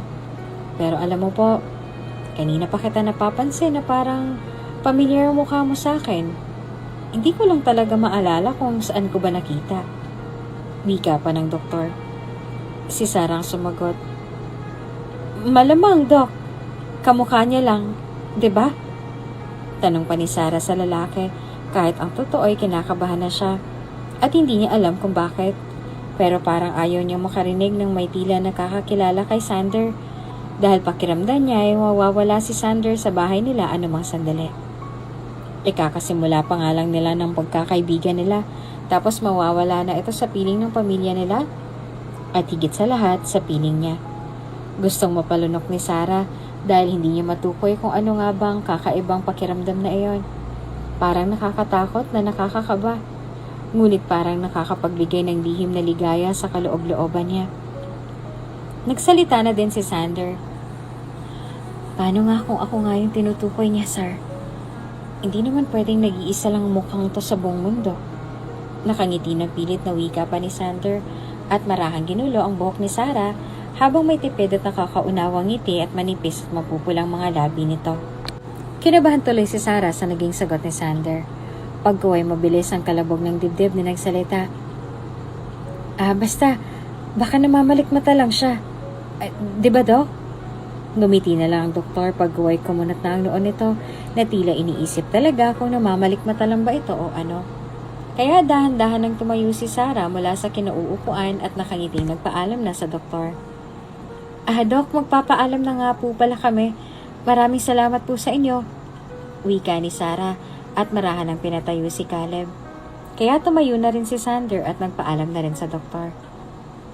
Sige, salamat din at mag-iingat kayo. Lalo ka na, sir.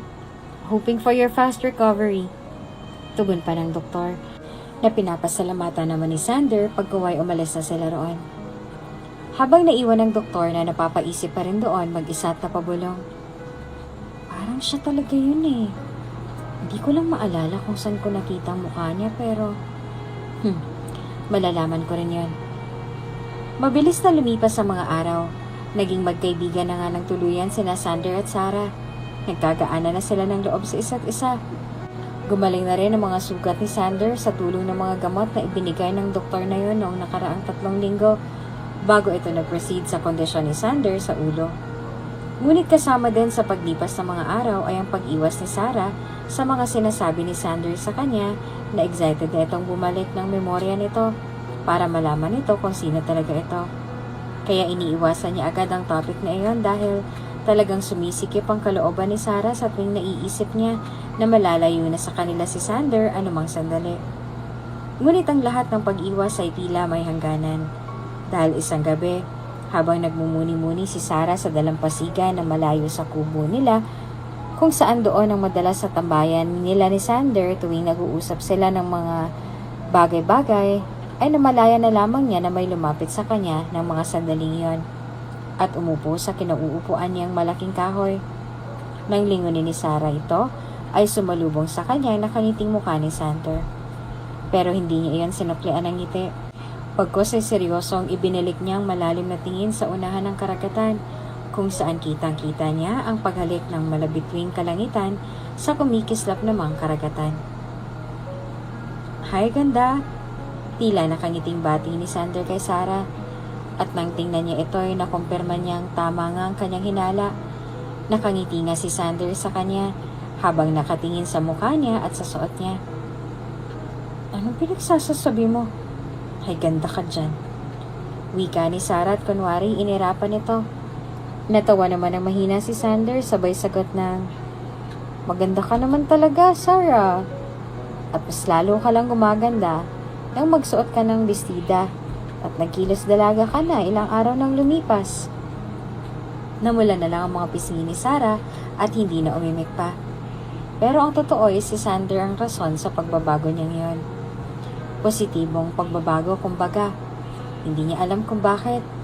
Pero parang gusto niya nang makita siya ni Sander na nakasuot ng bestida at kumilos ng pangdalagang kilos para makita ang reaksyon nito. At nakita at narinig na nga ni Sarah ang reaksyon na gusto niyang marinig at makita mula kay Sander. Nais niyang ngumiti. Ngunit tila sa pagkakataong yon ay parang hindi niya pa kaya. May bumabagabag pa kasi sa isipin niya. Kaya naman tumahimik na lang si Sarah at muling tumingin sa malayo. Tumikim naman si Sander pagkatapos. Akala ko na tulog ka na, Sar. Hindi ko naasahan na sa paglabas ko'y makikita kita rito. Narinig ni Sarah na pagbasag ni Sander sa nakakabinging katahimikan na namamagitan sa kanila sa mga oras na yon. Ngumiti rin naman si Sarah, ngunit hindi iyon abot sa kanyang mga mata. Pagkaway mahinang tumugon siya rito. Hindi ako makatulog eh. Marahang hinawakan naman ni Sander ang mga kamay ni Sarah, kaya tinignan na lang ng dalagang nakadaop nilang mga kamay. Sar, pwede ko bang malaman kung bakit hindi ka makatulog ngayong gabi? Hindi muna umimik si Sarah, ngunit pagdaan ng ilang minuto ay sumagot na siya. Hindi ako makatulog. Maraming mga katanungan na bumabagabag sa isipan ko kanina hanggang ngayon. Medyo hinigpitan na ni Sander ang pagkadaop sa kanilang mga kamay nang sabihin niya ni Sarah. Pagkuway nagsalita na ito na mahina. Tulad ba ng anong mangyayari kapag malalaman ko na kung sino talaga ako? Kung bumalik na ang alaala ko? Dagling na patingin na lang si Sarah kay Sander. Nagpatuloy naman ito sa pagsasalita. Napapansin ko na tila ganyan ang iniisip mo, Sar. Simula nung nakaraang mga linggo na sinabihan ako ng doktor na parang familiar ang mukha ko sa kanya. Napansin ko agad noon na parang ayaw mo sa mga ganoong usapan. Ayaw mo bang malalaman ko na sa wakas kung sino talaga ako? Ayaw mo bang bumalik na ang aking alaala sa nakaraan? Malumanay ng ngiting tanong ni Sander kay Sarah. Napalunok naman agad ang dalaga sa tanong ni Sander. Pagkuway pigil na pigil ang pamumuo ng luha sa kanyang mga mata na nagsalita siya. Hindi naman sa ganon, Sander. Maniwala ka, hindi sa ganon. Masuyo namang hinawakan ni Sander ang baba niya at marahang pinaharap siya nito. Kaya malungkot ang mga matang tumingin naman siya sa mukha nito. Lalo na sa mga mata ni Sander na ngayon ay may bahid ng pagsuyo roon habang nakatitig sa mukha niya. Pagkuway nagsalita ito habang may ngiti pa rin sa mga labi nito. Kung gano'n ay anong dahilan mo, Sar? Dahil ba inaalala mo na baka pagbalik ng alaala ko ay iiwan ko na kayo? O baka mas tamang tanong ay inaalala mong baka pagbalik ng alaala ko ay iiwan na kita? Bigla na lamang tumulo ang mga luhang pilit na pinigilan ni Sarah nang marinig niyang sinabi ni Sander. Pagkuway hindi na rin niya napigilan ng mahinang pagikbi roon at ilang sandali pa ay nararamdaman na ni Sarah na nasa loob na siya ng bisig ni Sander. Kaya mas lalo siyang napaiyak dahil doon. Kasi naisip ni Sarah na pagbabalik na talaga ang memorya nito ay hindi niya na mararamdaman pang muli ang mainit na yakap ni Sander at ang mainit na pagdawop ng mga kamay nito sa kamay niya. Hindi na rin niya makikita pang magagandang mga mata nito na sobrang lalim at laging may pagsuyo kung tumitig sa kanya. Paniguradong hahanap-hanapin niya ang lahat ng yon. Kaya natatakot si Sarah para doon. Bahala na kung tawagin siyang makasarili. Pero parang ayaw niya nang bumalik pa ang alaala ni Sander dahil may posibilidad na iyon talaga ang mangyayari. Natatakot siya. Sar, huwag ka mag-alala. Hindi kita iiwan pag mangyaring babalik na ang aking mga alaala. Mananatili pa rin ako sa tabi mo, Sarah. Madamdamin at punong-punong sinseridad na wika ni Sander. Pagkuway marahang hinagod-hagod ang likuran ng dalaga. Mas lalo tuloy nangilid ang mga luha ni Sarah dahil sa kanyang narinig mula sa bibig mismo ni Sander. May ipapangako mo ba yan sa akin, Sander? Hihik-hikbing tanong ni Sarah rito. Agad namang tumangutang mo si Sander ng marahan at sumagot. Oo, Sarah. Ipinapangako ko. Kahit hilampas sa mga luha ang kanyang mga mata, ay napangiti na si Sarah sa kanyang narinig mula kay Sander. Pagkaway naramdaman niya na ang dahan-dahang pagkalas nito mula sa mahigpit na yakap nito sa kanya at ang pagtitig nito sa mukha niya. Kaya lakas loob na tinitigan ni Sarah pabalik si Sander kahit naaasiwa siya rito dahil sa kakaibang pagtitig nito sa kanya sa mga oras na yon. Pagkaway nagsalita na si Sander na mahina. Sarah, alam ko may posibilidad na ikakailang o ikakagalit mo itong sasabihin ko sa'yo ngayon. Ngunit sasabihin ko pa rin dahil ayoko magsisi sa bandang huli na hindi ko malang ito nasabi sa'yo habang maaga pa. Gusto ko lang din gumaan ang kalooban ko ngayon. Ayoko na magpapakalambot pa, lalo na sa bagay na to. Kaya Sarah, makinig kang mabuti. Hindi ko alam kung bakit. Hindi ko alam kung paano. Pero ito lang ang gusto kong sabihin sa'yo ngayon. Masaya ako sa tuwing magkasama tayo at magkausap. Simula pa nung una kitang nakita o na si Ryan. Magaan agad ang loob ko sa'yo noon pa man. Siguro nga dahil nakikita ko sa'yo na totoo ka sa sarili mo. Na pinapakita mong totoong ikaw. Sa pagdaan ng araw, mas lalo akong humanga sa'yo. Dahil sa mga pananaw at prinsipyo mo sa buhay. At nung isinampal mo na sa akin ang katotohanang napakahina o napakalambot ko palang tao, unti-unting napagtanto ko na tama ka. Napagtanto ko na kailangan ko pala talagang maging matatag at tumayo sa sarili kong mga paa. Sa mga panahon ng matinding kaba at takot na lumulukob sa loob ng aking dibdib. Na kailangan kong tumayo mag-isa dahil hindi sa lahat ng oras ay may aagapay sa akin. Na hindi sa lahat ng oras may hihila sa akin pataas kapag nasa pinakababa ako. Dahil hindi sa lahat ng oras, may oras ang taong yun na sinasandalan mo na akayin ka sa isang lugar na magiging komportable ka na. Dahil hindi lahat ng oras ay nakakaikot lamang sa'yo. May mga panahon din na sarili naman nilang iintindihan nila o uunahin. At hindi pagiging makasarili ang tawag dyan, kundi pag-aalaga sa sarili. Sa kaso mo, Sarah, naiintindihan kita ng paunti-unti pagkatapos ng prangkahan natin yon. Isa kang babaeng independente at hindi sanay na may ibang taong tumutulong sa'yo. Pero na lamang sa mga magulang mo. Hindi ka sanay na may ibang tao kang sinasandalan. Dahil tila nasanay ka na ikaw na lang ang nakikipaglaban sa mga pagsubok sa buhay na mag-isa. At sanay ka lang na sinasarili mo mga mabibigat na dinadala mo sa iyong kalooban. At doon nabuo ang katatagan ng damdamin mo, Sarah. Kaya lubos akong humahanga sa'yo. Pag hanggang nauwi na sa unti-unting pagkahulog ng loob ko sa'yo. Sa araw-araw na magkasama tayo. Dahil doon kita mas naging nakilala ng mas malalim pa. At doon ko nasabi sa aking sarili na hindi nga ako dinadaya ng nararamdaman ko para sa'yo. At kung nung una ay gusto kita, ngayon ay iba na. Dahil Sarah, mahal na kita. Mahal na kita. Sukat sa kanyang mga narinig ay dagling humagdi ang sulok ng mga mata ng dalaga, kasabay ng pamumuo ng mga masasaganang mga luha roon. At napagtanto na rin niya na hindi niya kayang pangalanan na damdamin para kay Sander sa pag-iisip niyang iwan na siya nito ay isa rin palang pagmamahal. Mahal na rin pala niya si Sander. Pareho pala sila ng damdamin para sa isa't isa.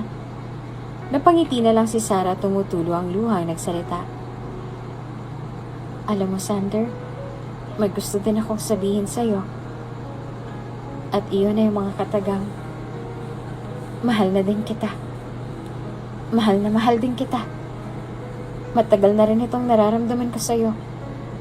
Ngunit hindi ko pa mabigyan ng pangalan. Pero ngayon alam ko na kung ano. Nahuhulog din palang loob ko sa'yo. Mahal na mahal din kita, Sander. Mahal na din kita. Kitang-kita ni Sarah ang mabilis na pamumuo ng mga luha sa mga mata ni Sander. Kasabay niyon ay ang medyo pagyuko nito ng ulo habang tumutulo ang mga luha nito. Napapikit pa ito ng mariin at marahang umiling-iling habang may masaya at matatamis na ngiti sa mga labi nito nang mag-angat muli ito ng tingin sa mukha niya. Pagkaway pinahiran nito ang mga luha niya at ang mga luha nito bago masuyong hinawakan ang magkabilang pisngi niya at medyo inilapit ang gwapong mukha sa kanya at nakangiting nagsalita. Napasaya mo ako ng sobra ngayon, Sar. Sobra pa sa sobra. At dahil sa sobrang kasiyahan ko may nais sana akong gawin sa'yo ngayon. Kung kaya't magpapaalam muna ako sa'yo. Sar, maaari ko bang mahagka ng matamis na mga labi mo? Napangiti si Sarah dahil sa pagkamagi noon ni Sander.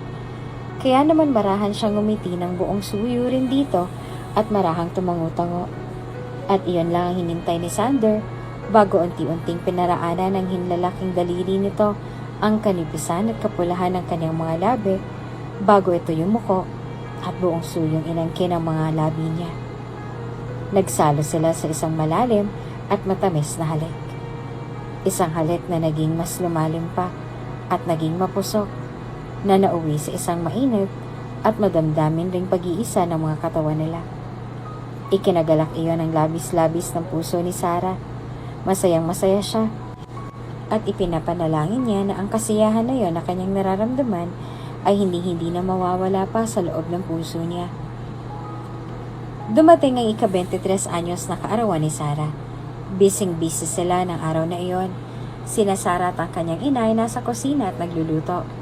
Habang sina Sander naman at ang kanyang ama at ang iba pang mga kalalakihan roon na mga kamag-anakan ni Sarah ay nasa labas at may niluluto rin doon habang ang iba ay nagiinuman. Napangiti naman si Sarah habang pinagmamasan si Sander mula sa kanyang kusina sa taas na laging magalang na tumatanggi pag inaabutan nito ng alak na isang baso ng mga pinsan niya.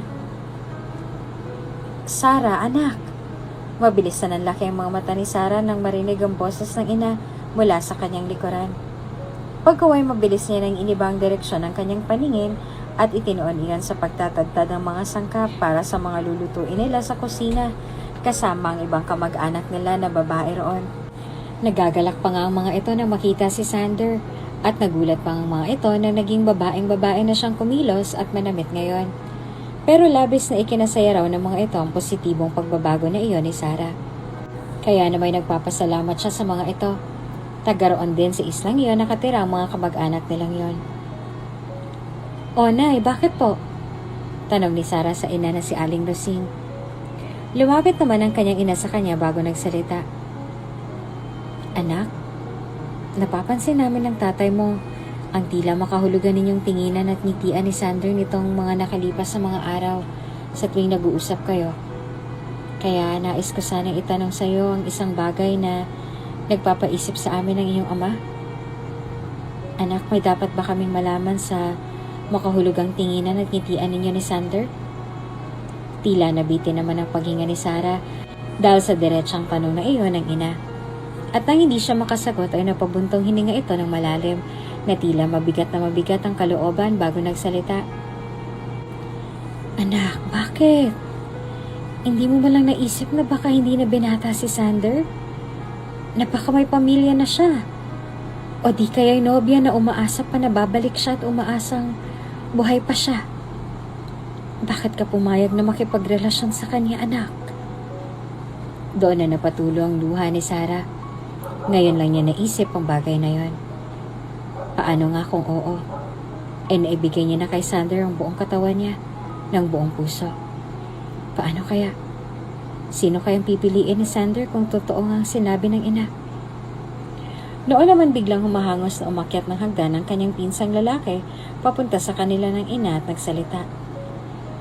Sarah, Chang, may doktor po na nakikipag-usap kay Sander sa ibaba. Nanlaki bigla ang mata ni Sarah sa narinig. Ano? Sumagot naman agad ang lalaki.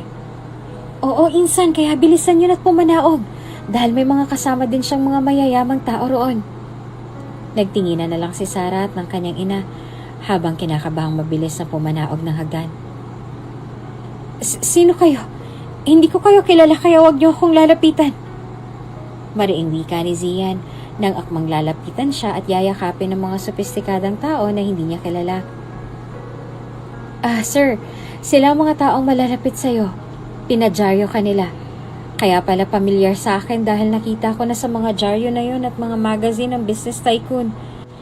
Pasensya na't ngayon lang ako nakapunta sa mga kapamilya mo. Dahil kagabi lang din naman ako hindi masyado naging busy sa ospital. At timing na nakita ko ulit yung mukha mo sa dyaryo kaya kinontak ko sila agad. At iyon na nga, nandito na sila para kunin ka na mula rito. Nagmamalasakit lang po ako, sir. Kalmadong wika ng doktor kay Sander. Nalilito naman si Sander. Sobrang nalilito siya habang kaharap ang doktor at ang umiiyak na matandang babae kasama ang tisay na babae. Zian, iho. Ako to ang iyong mama. Siya naman si Rory, ang fiancé mo. Umiiyak na wika pa ng matanda at sopistikadang babae sa kanya na mabilis na nagpakirot sa ulo ni Sander. Masakit iyon.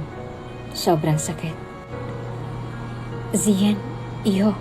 Ako to ang iyong ina. Siya naman si Rory, ang fiancé mo.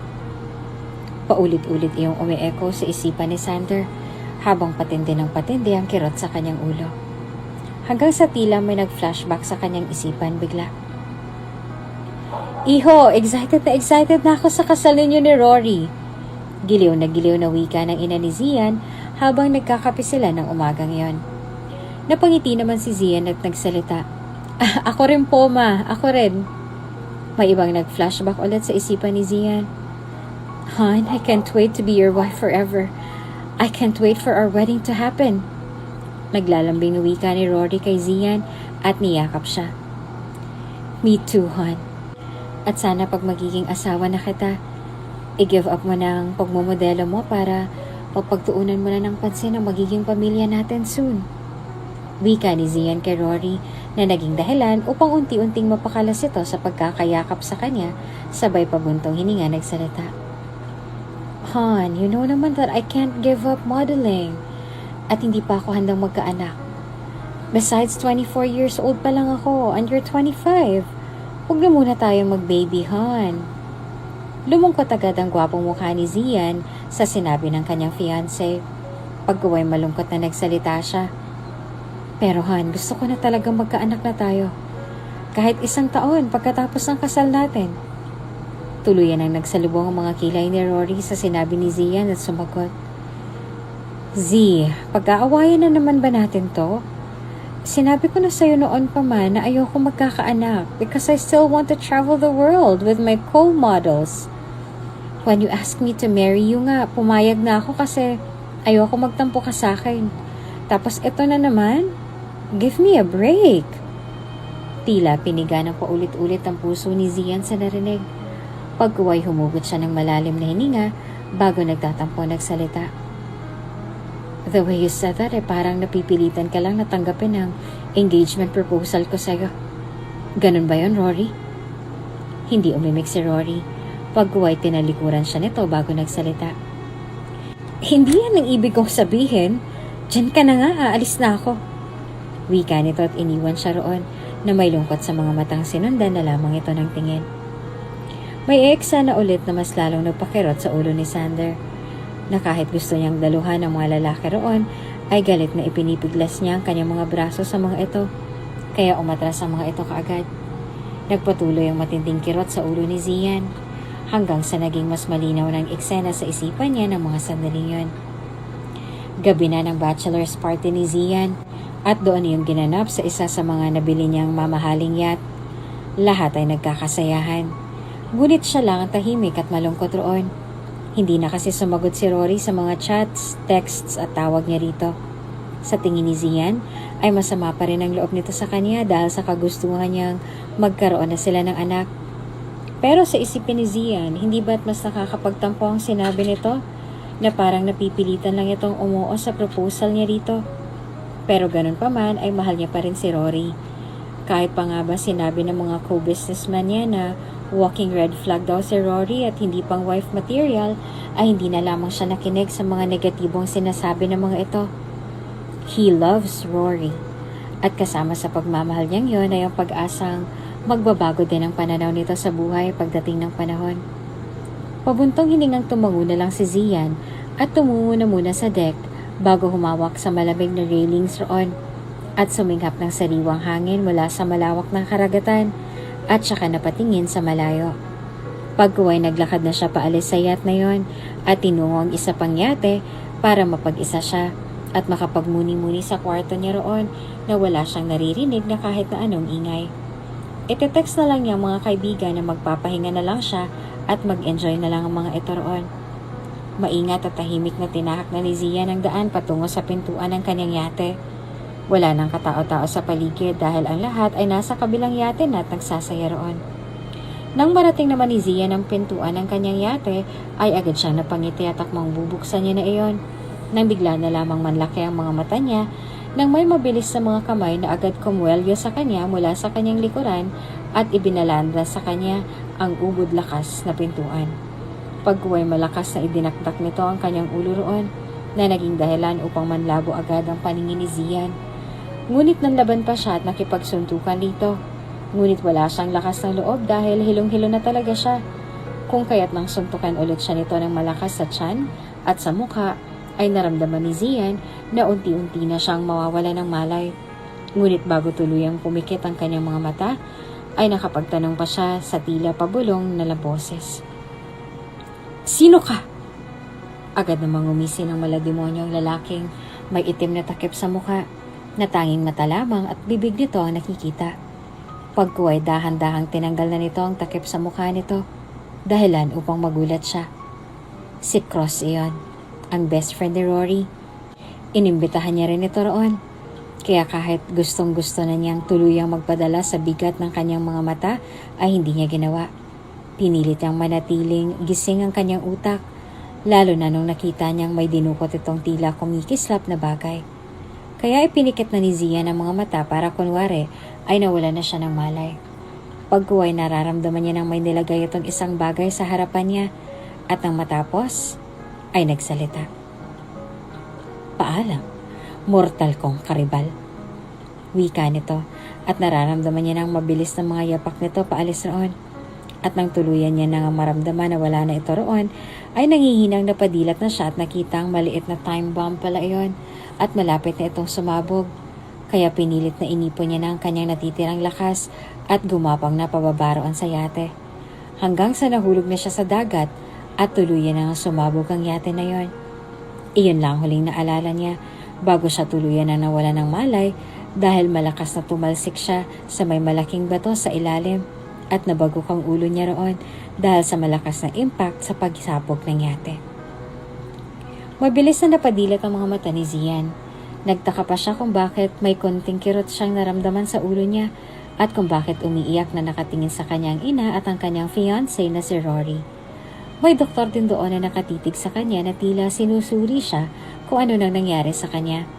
May mga tao roon na hindi niya kilala na pawang nakaawang ang mga labi na nakatingin sa kanya at tila kinakabahan pa. Pagkuway lakas loob na tumikim si Zian at nagsalita. Ma, anong ginagawa natin sa lugar na to? Bakit tayo nandito?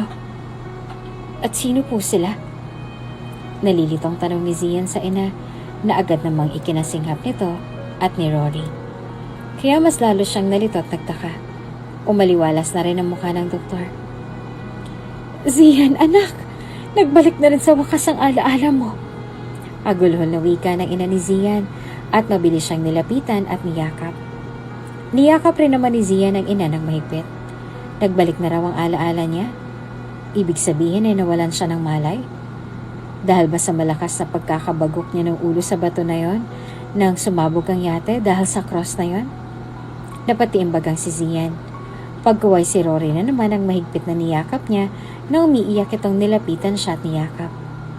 Han, akala ko mawawala ka na sa akin. I'm so sorry for the last words that we had before the accident happened. I promise, hon, I'll give up modeling na para sa'yo. Wika ni Rory kay Zian.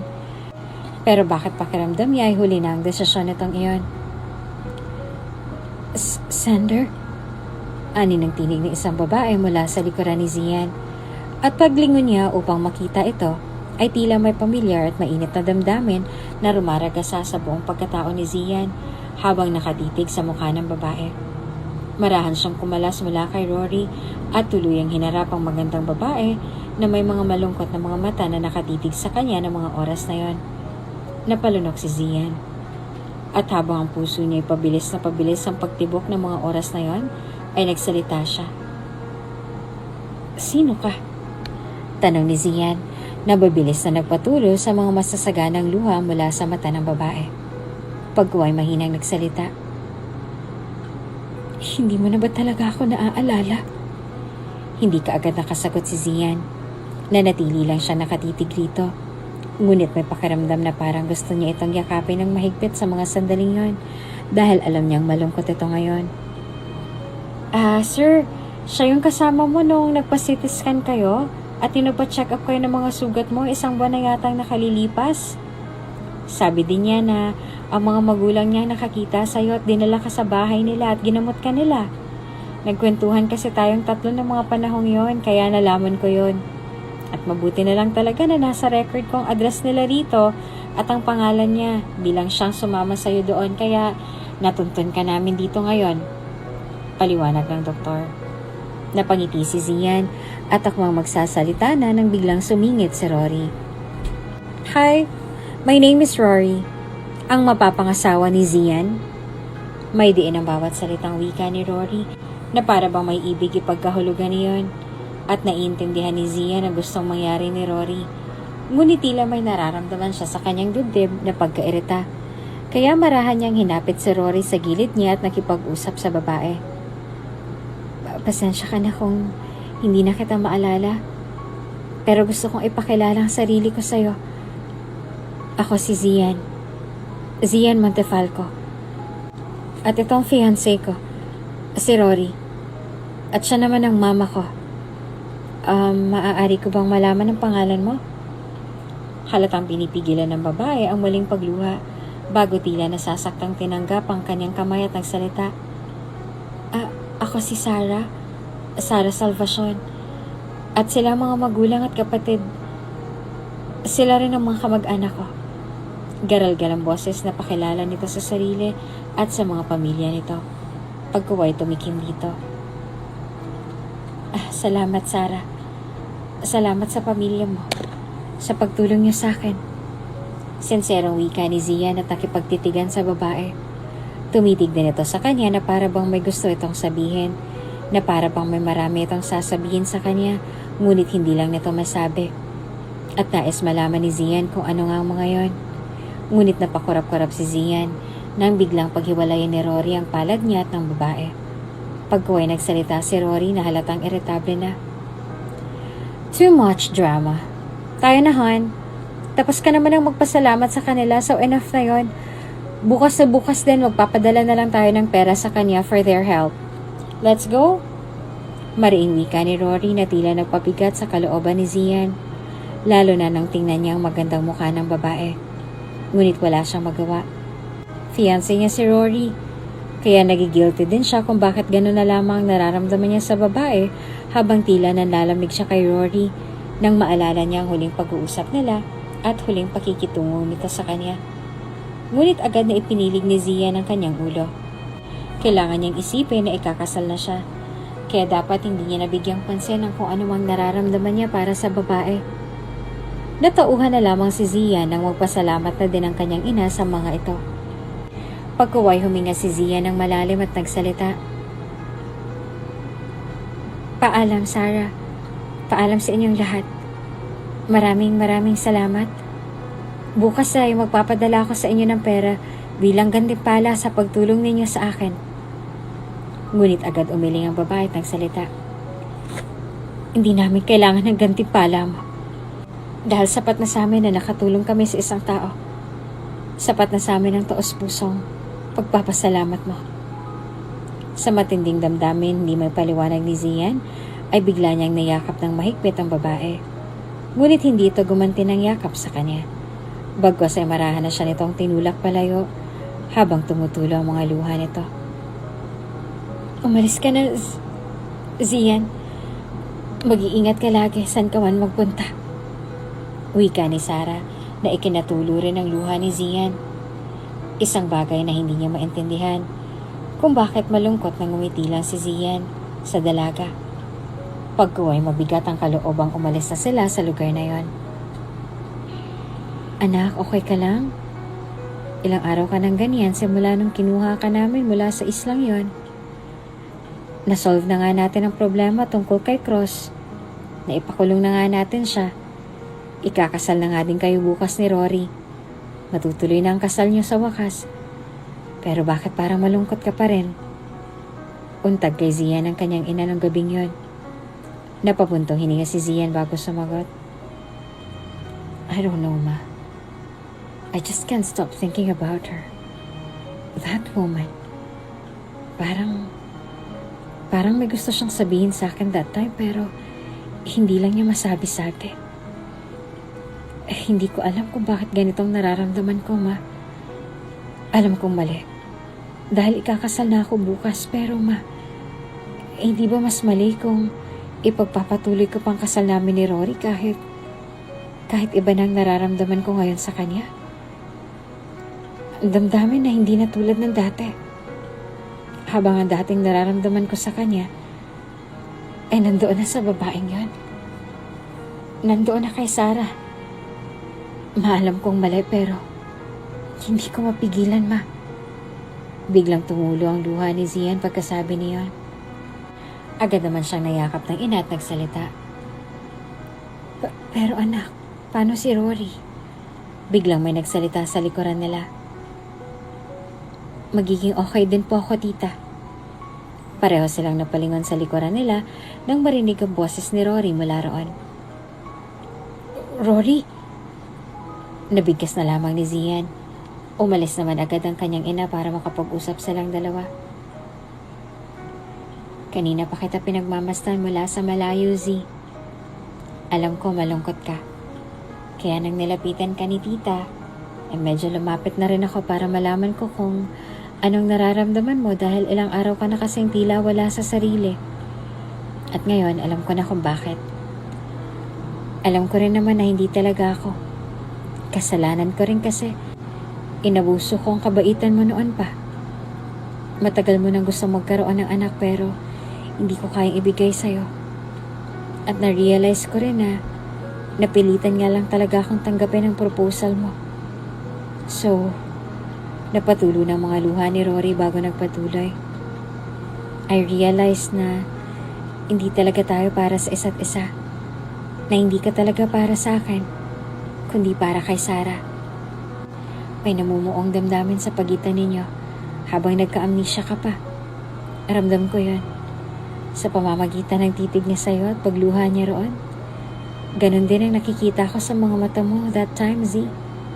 So I give up. And that means na isinusoli na kita sa kanya. Dahil sa kanya ka naman talaga noon pa. Dahil kayo naman talaga ang itinadhana para sa isa't isa. Mabilis na niyakap ni Zian si Rory pagkuway nagsalita. Salamat, Rory. Maraming salamat. Napasingot naman si Rory bago nakangiting kumalas mula sa yakap niya at nagsalita. O ano pang hinihintay mo? Go na, puntahan mo na si Sarah. Masaya ako para sa inyong dalawa. Napangiti na rin si Zian. Pagkuway tumayo na siya at nagmamadaling umalis na para puntahan ang babaeng isinisigaw ng puso't isipan niya. Baby, huwag ka mag-alala. Hindi ka pababayaan ni Mama. Dahil bukod sa mahal na mahal kita, ikaw lang din ang natatanging iniwang buhay na alaala ng papa mo sa akin. Kaya mamahalin kita ng buong puso, baby. Mahal na mahal ka ni Mama, anak. Umiiyak na wika ni Sarah habang marahang hinahaplos ang kanyang impis pang tiyan, ngunit ramdam niyang may buhay nang nakatutok sa kanya roon. Ilang araw niya nang naramdaman ang pagkahilo at pagsusuka, kaya nagpa-check up siya at nalaman niyang buntis nga siya. Sinabi na rin niya sa mga magulang iyon at napaiyak siya nang sabihin ng mga ito Natanggap pa rin siya ng mga ito at tanggap nito ang batang dinadala niya dahil apo iyon ng mga ito. Namimiss na rin niya si Sander o Zian sa totoo lang.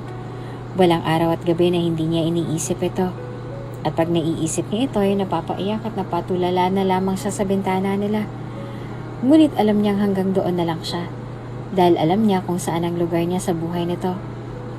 Muling hinaplas ni Sarah ang kanyang tiyan. Ngunit sa pagkakataong yon ay napakunot noo siya nang humahangos na pinuntahan siya ni Caleb sa sala at nagsalita. Ate, may pamilyar na lalaking paparating sa bakuran natin.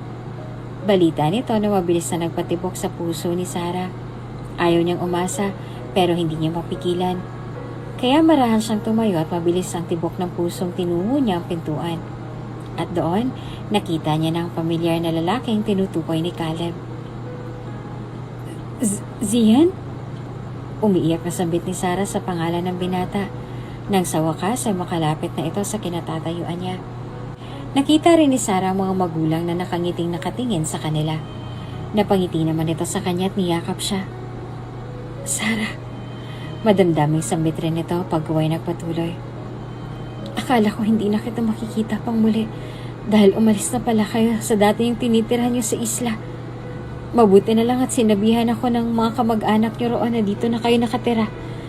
At masaya ako na nakita na kita rito dahil sa wakas ay masasabi ko na rin sa iyo ang mga gusto kong sabihin, Sarah. Patawarin mo ako kung iniwan kita.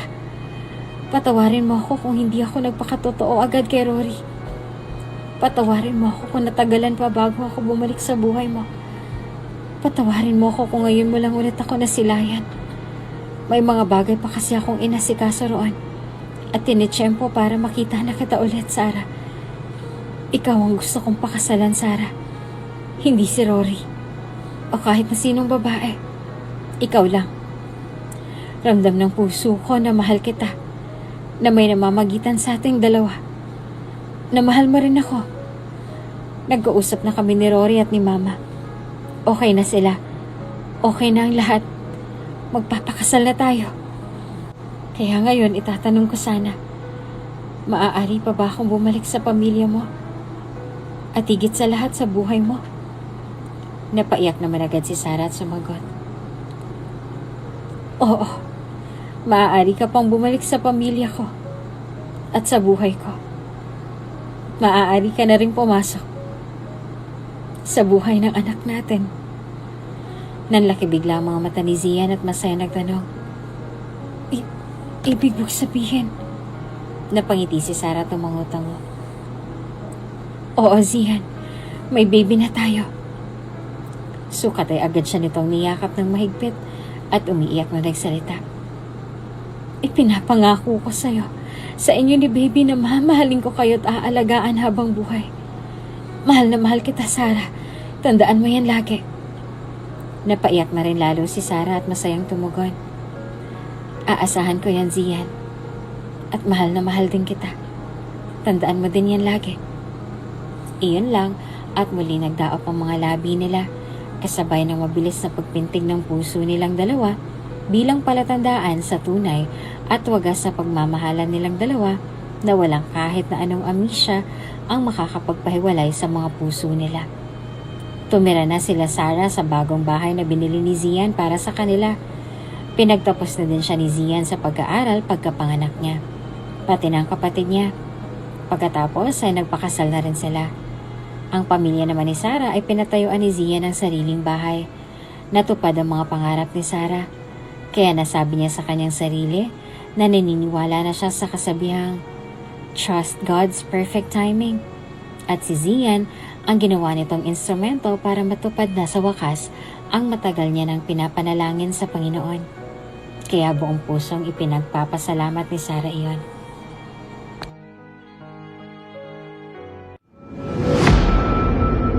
Kung bago ka pa lang sa channel na ito, Ate Jane TV, huwag kalimutang pindutin ang notification bell and subscribe button. Sana po hindi naman malaking abala sa inyo ang pagpindot ng subscribe button dahil ang kapalit po nito ay ang pagsuporta para makapag-produce ng mga libreng stories sa mga channels ni Ate Jane. Maraming salamat! Sino kayo? Hindi ko